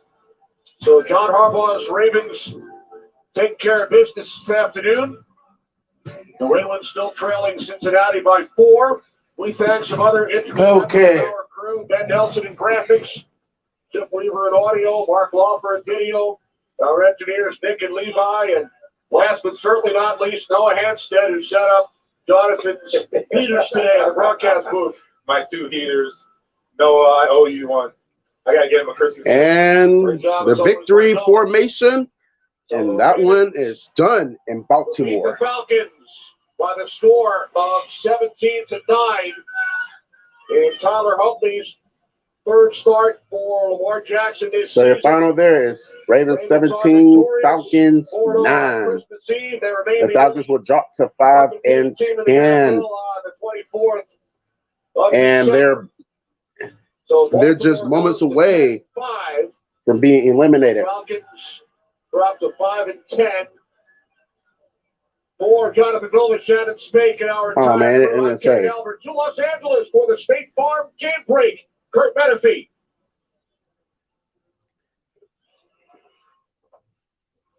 Welcome to the State Farm Game Break Show. All right, and so as our early games begin to wrap up, we're going to get you to America's Game of the Week in just a bit. Allen and doesn't play his coverage. So where he had played it well before, this time he tries to come up on Allen and then just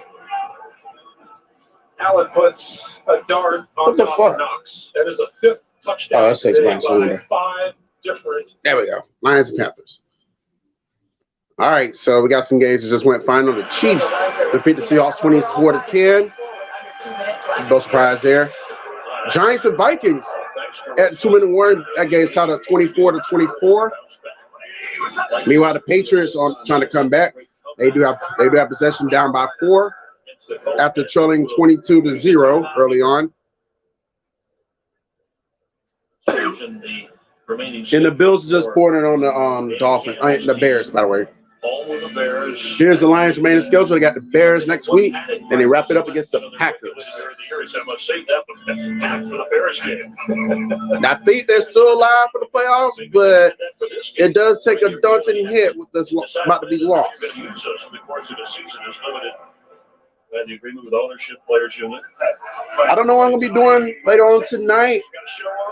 If I'm not doing much of anything tonight, I might come back and do the Raiders and the Steelers game. Do not hold me to it.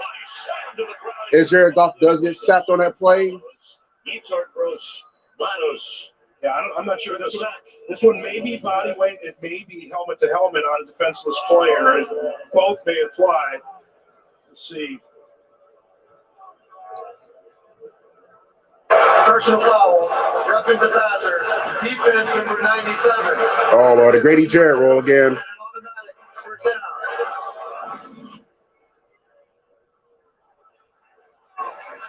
You're going to see him make the hit right there. And if that's not helmet to helmet, I mean, I know that there's the rule that they need to try and not land with the body weight on the quarterback, but he had to wrap him there. I just said, you know. Yeah, his helmet hit Goff's face mask. It's amazing that Goff held on to the football.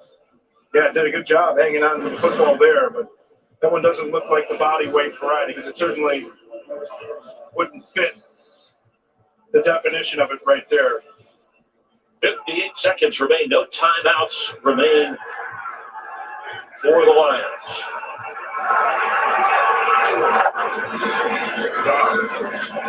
As he throws and nearly intercepted by Shaq Thompson.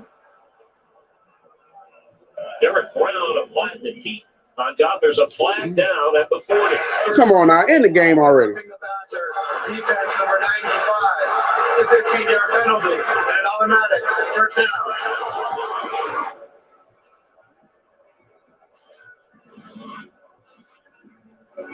You see Derek Brown working against Penei Sewell right there, and he gets that hand up into the face mask. Yeah, there's up the passer. Contact with that arm going up into the I was like, come on, don't call him, man. As a defenseless player throwing the ball there, they're going to make that call every time. Back-to-back penalties on the Carolina defense. 16-yard line of chance. And here, the English fishing. That's a pretty good ball. I feel like that first roughing the passer was bullshit, though. He's really taking some hits on this drive. Yeah, I see nothing that warrants that. If you get into point tiebreakers, if that's down the list as wild card or conference records, division records, gonna get one more score here. But you're gonna. All right, 2nd and 10 for the Lions. This is a different. Dan Campbell and Jared Goff and his entire team showed it in a different team after the 1-6 start. So, all right, 3rd down. He was the target. Now 3rd and 10. Yeah, he works a little wheel route there. Right, looked like Luvu was in the coverage. He's going to hook that arm. Which is going to call holding right there when they Sewell against Haynes. But yeah, it looks like Luvu kind of hooks that. I need her to end this game so I can go ahead and rest. Not rest, but like play some music. Seemed like that should have been illegal contact or 5 yards down the field.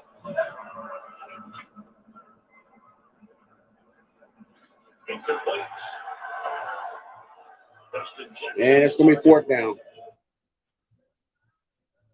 Set up Greg Joseph for what would be.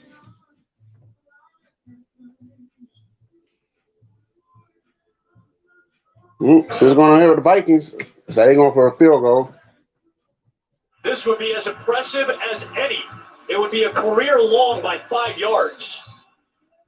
Giants will use a timeout here.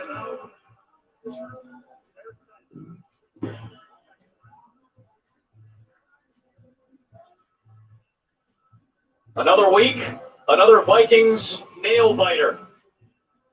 Say the same for the Giants, too. Still the type of games these two franchises play.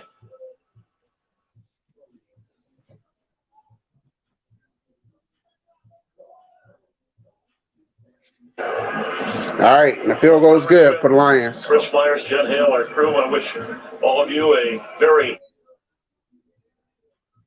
good times, and they won in very tight fashion. They have an opportunity here for what would be a career long for Greg Joseph. It would be a Vikings record Julian Love is in the end zone just in case this is short. From 61. It's up. It's at the distance. It is good. Vikings win. Linville Joseph with the 61-yarder goes right through the uprights, and it is good. Clutch.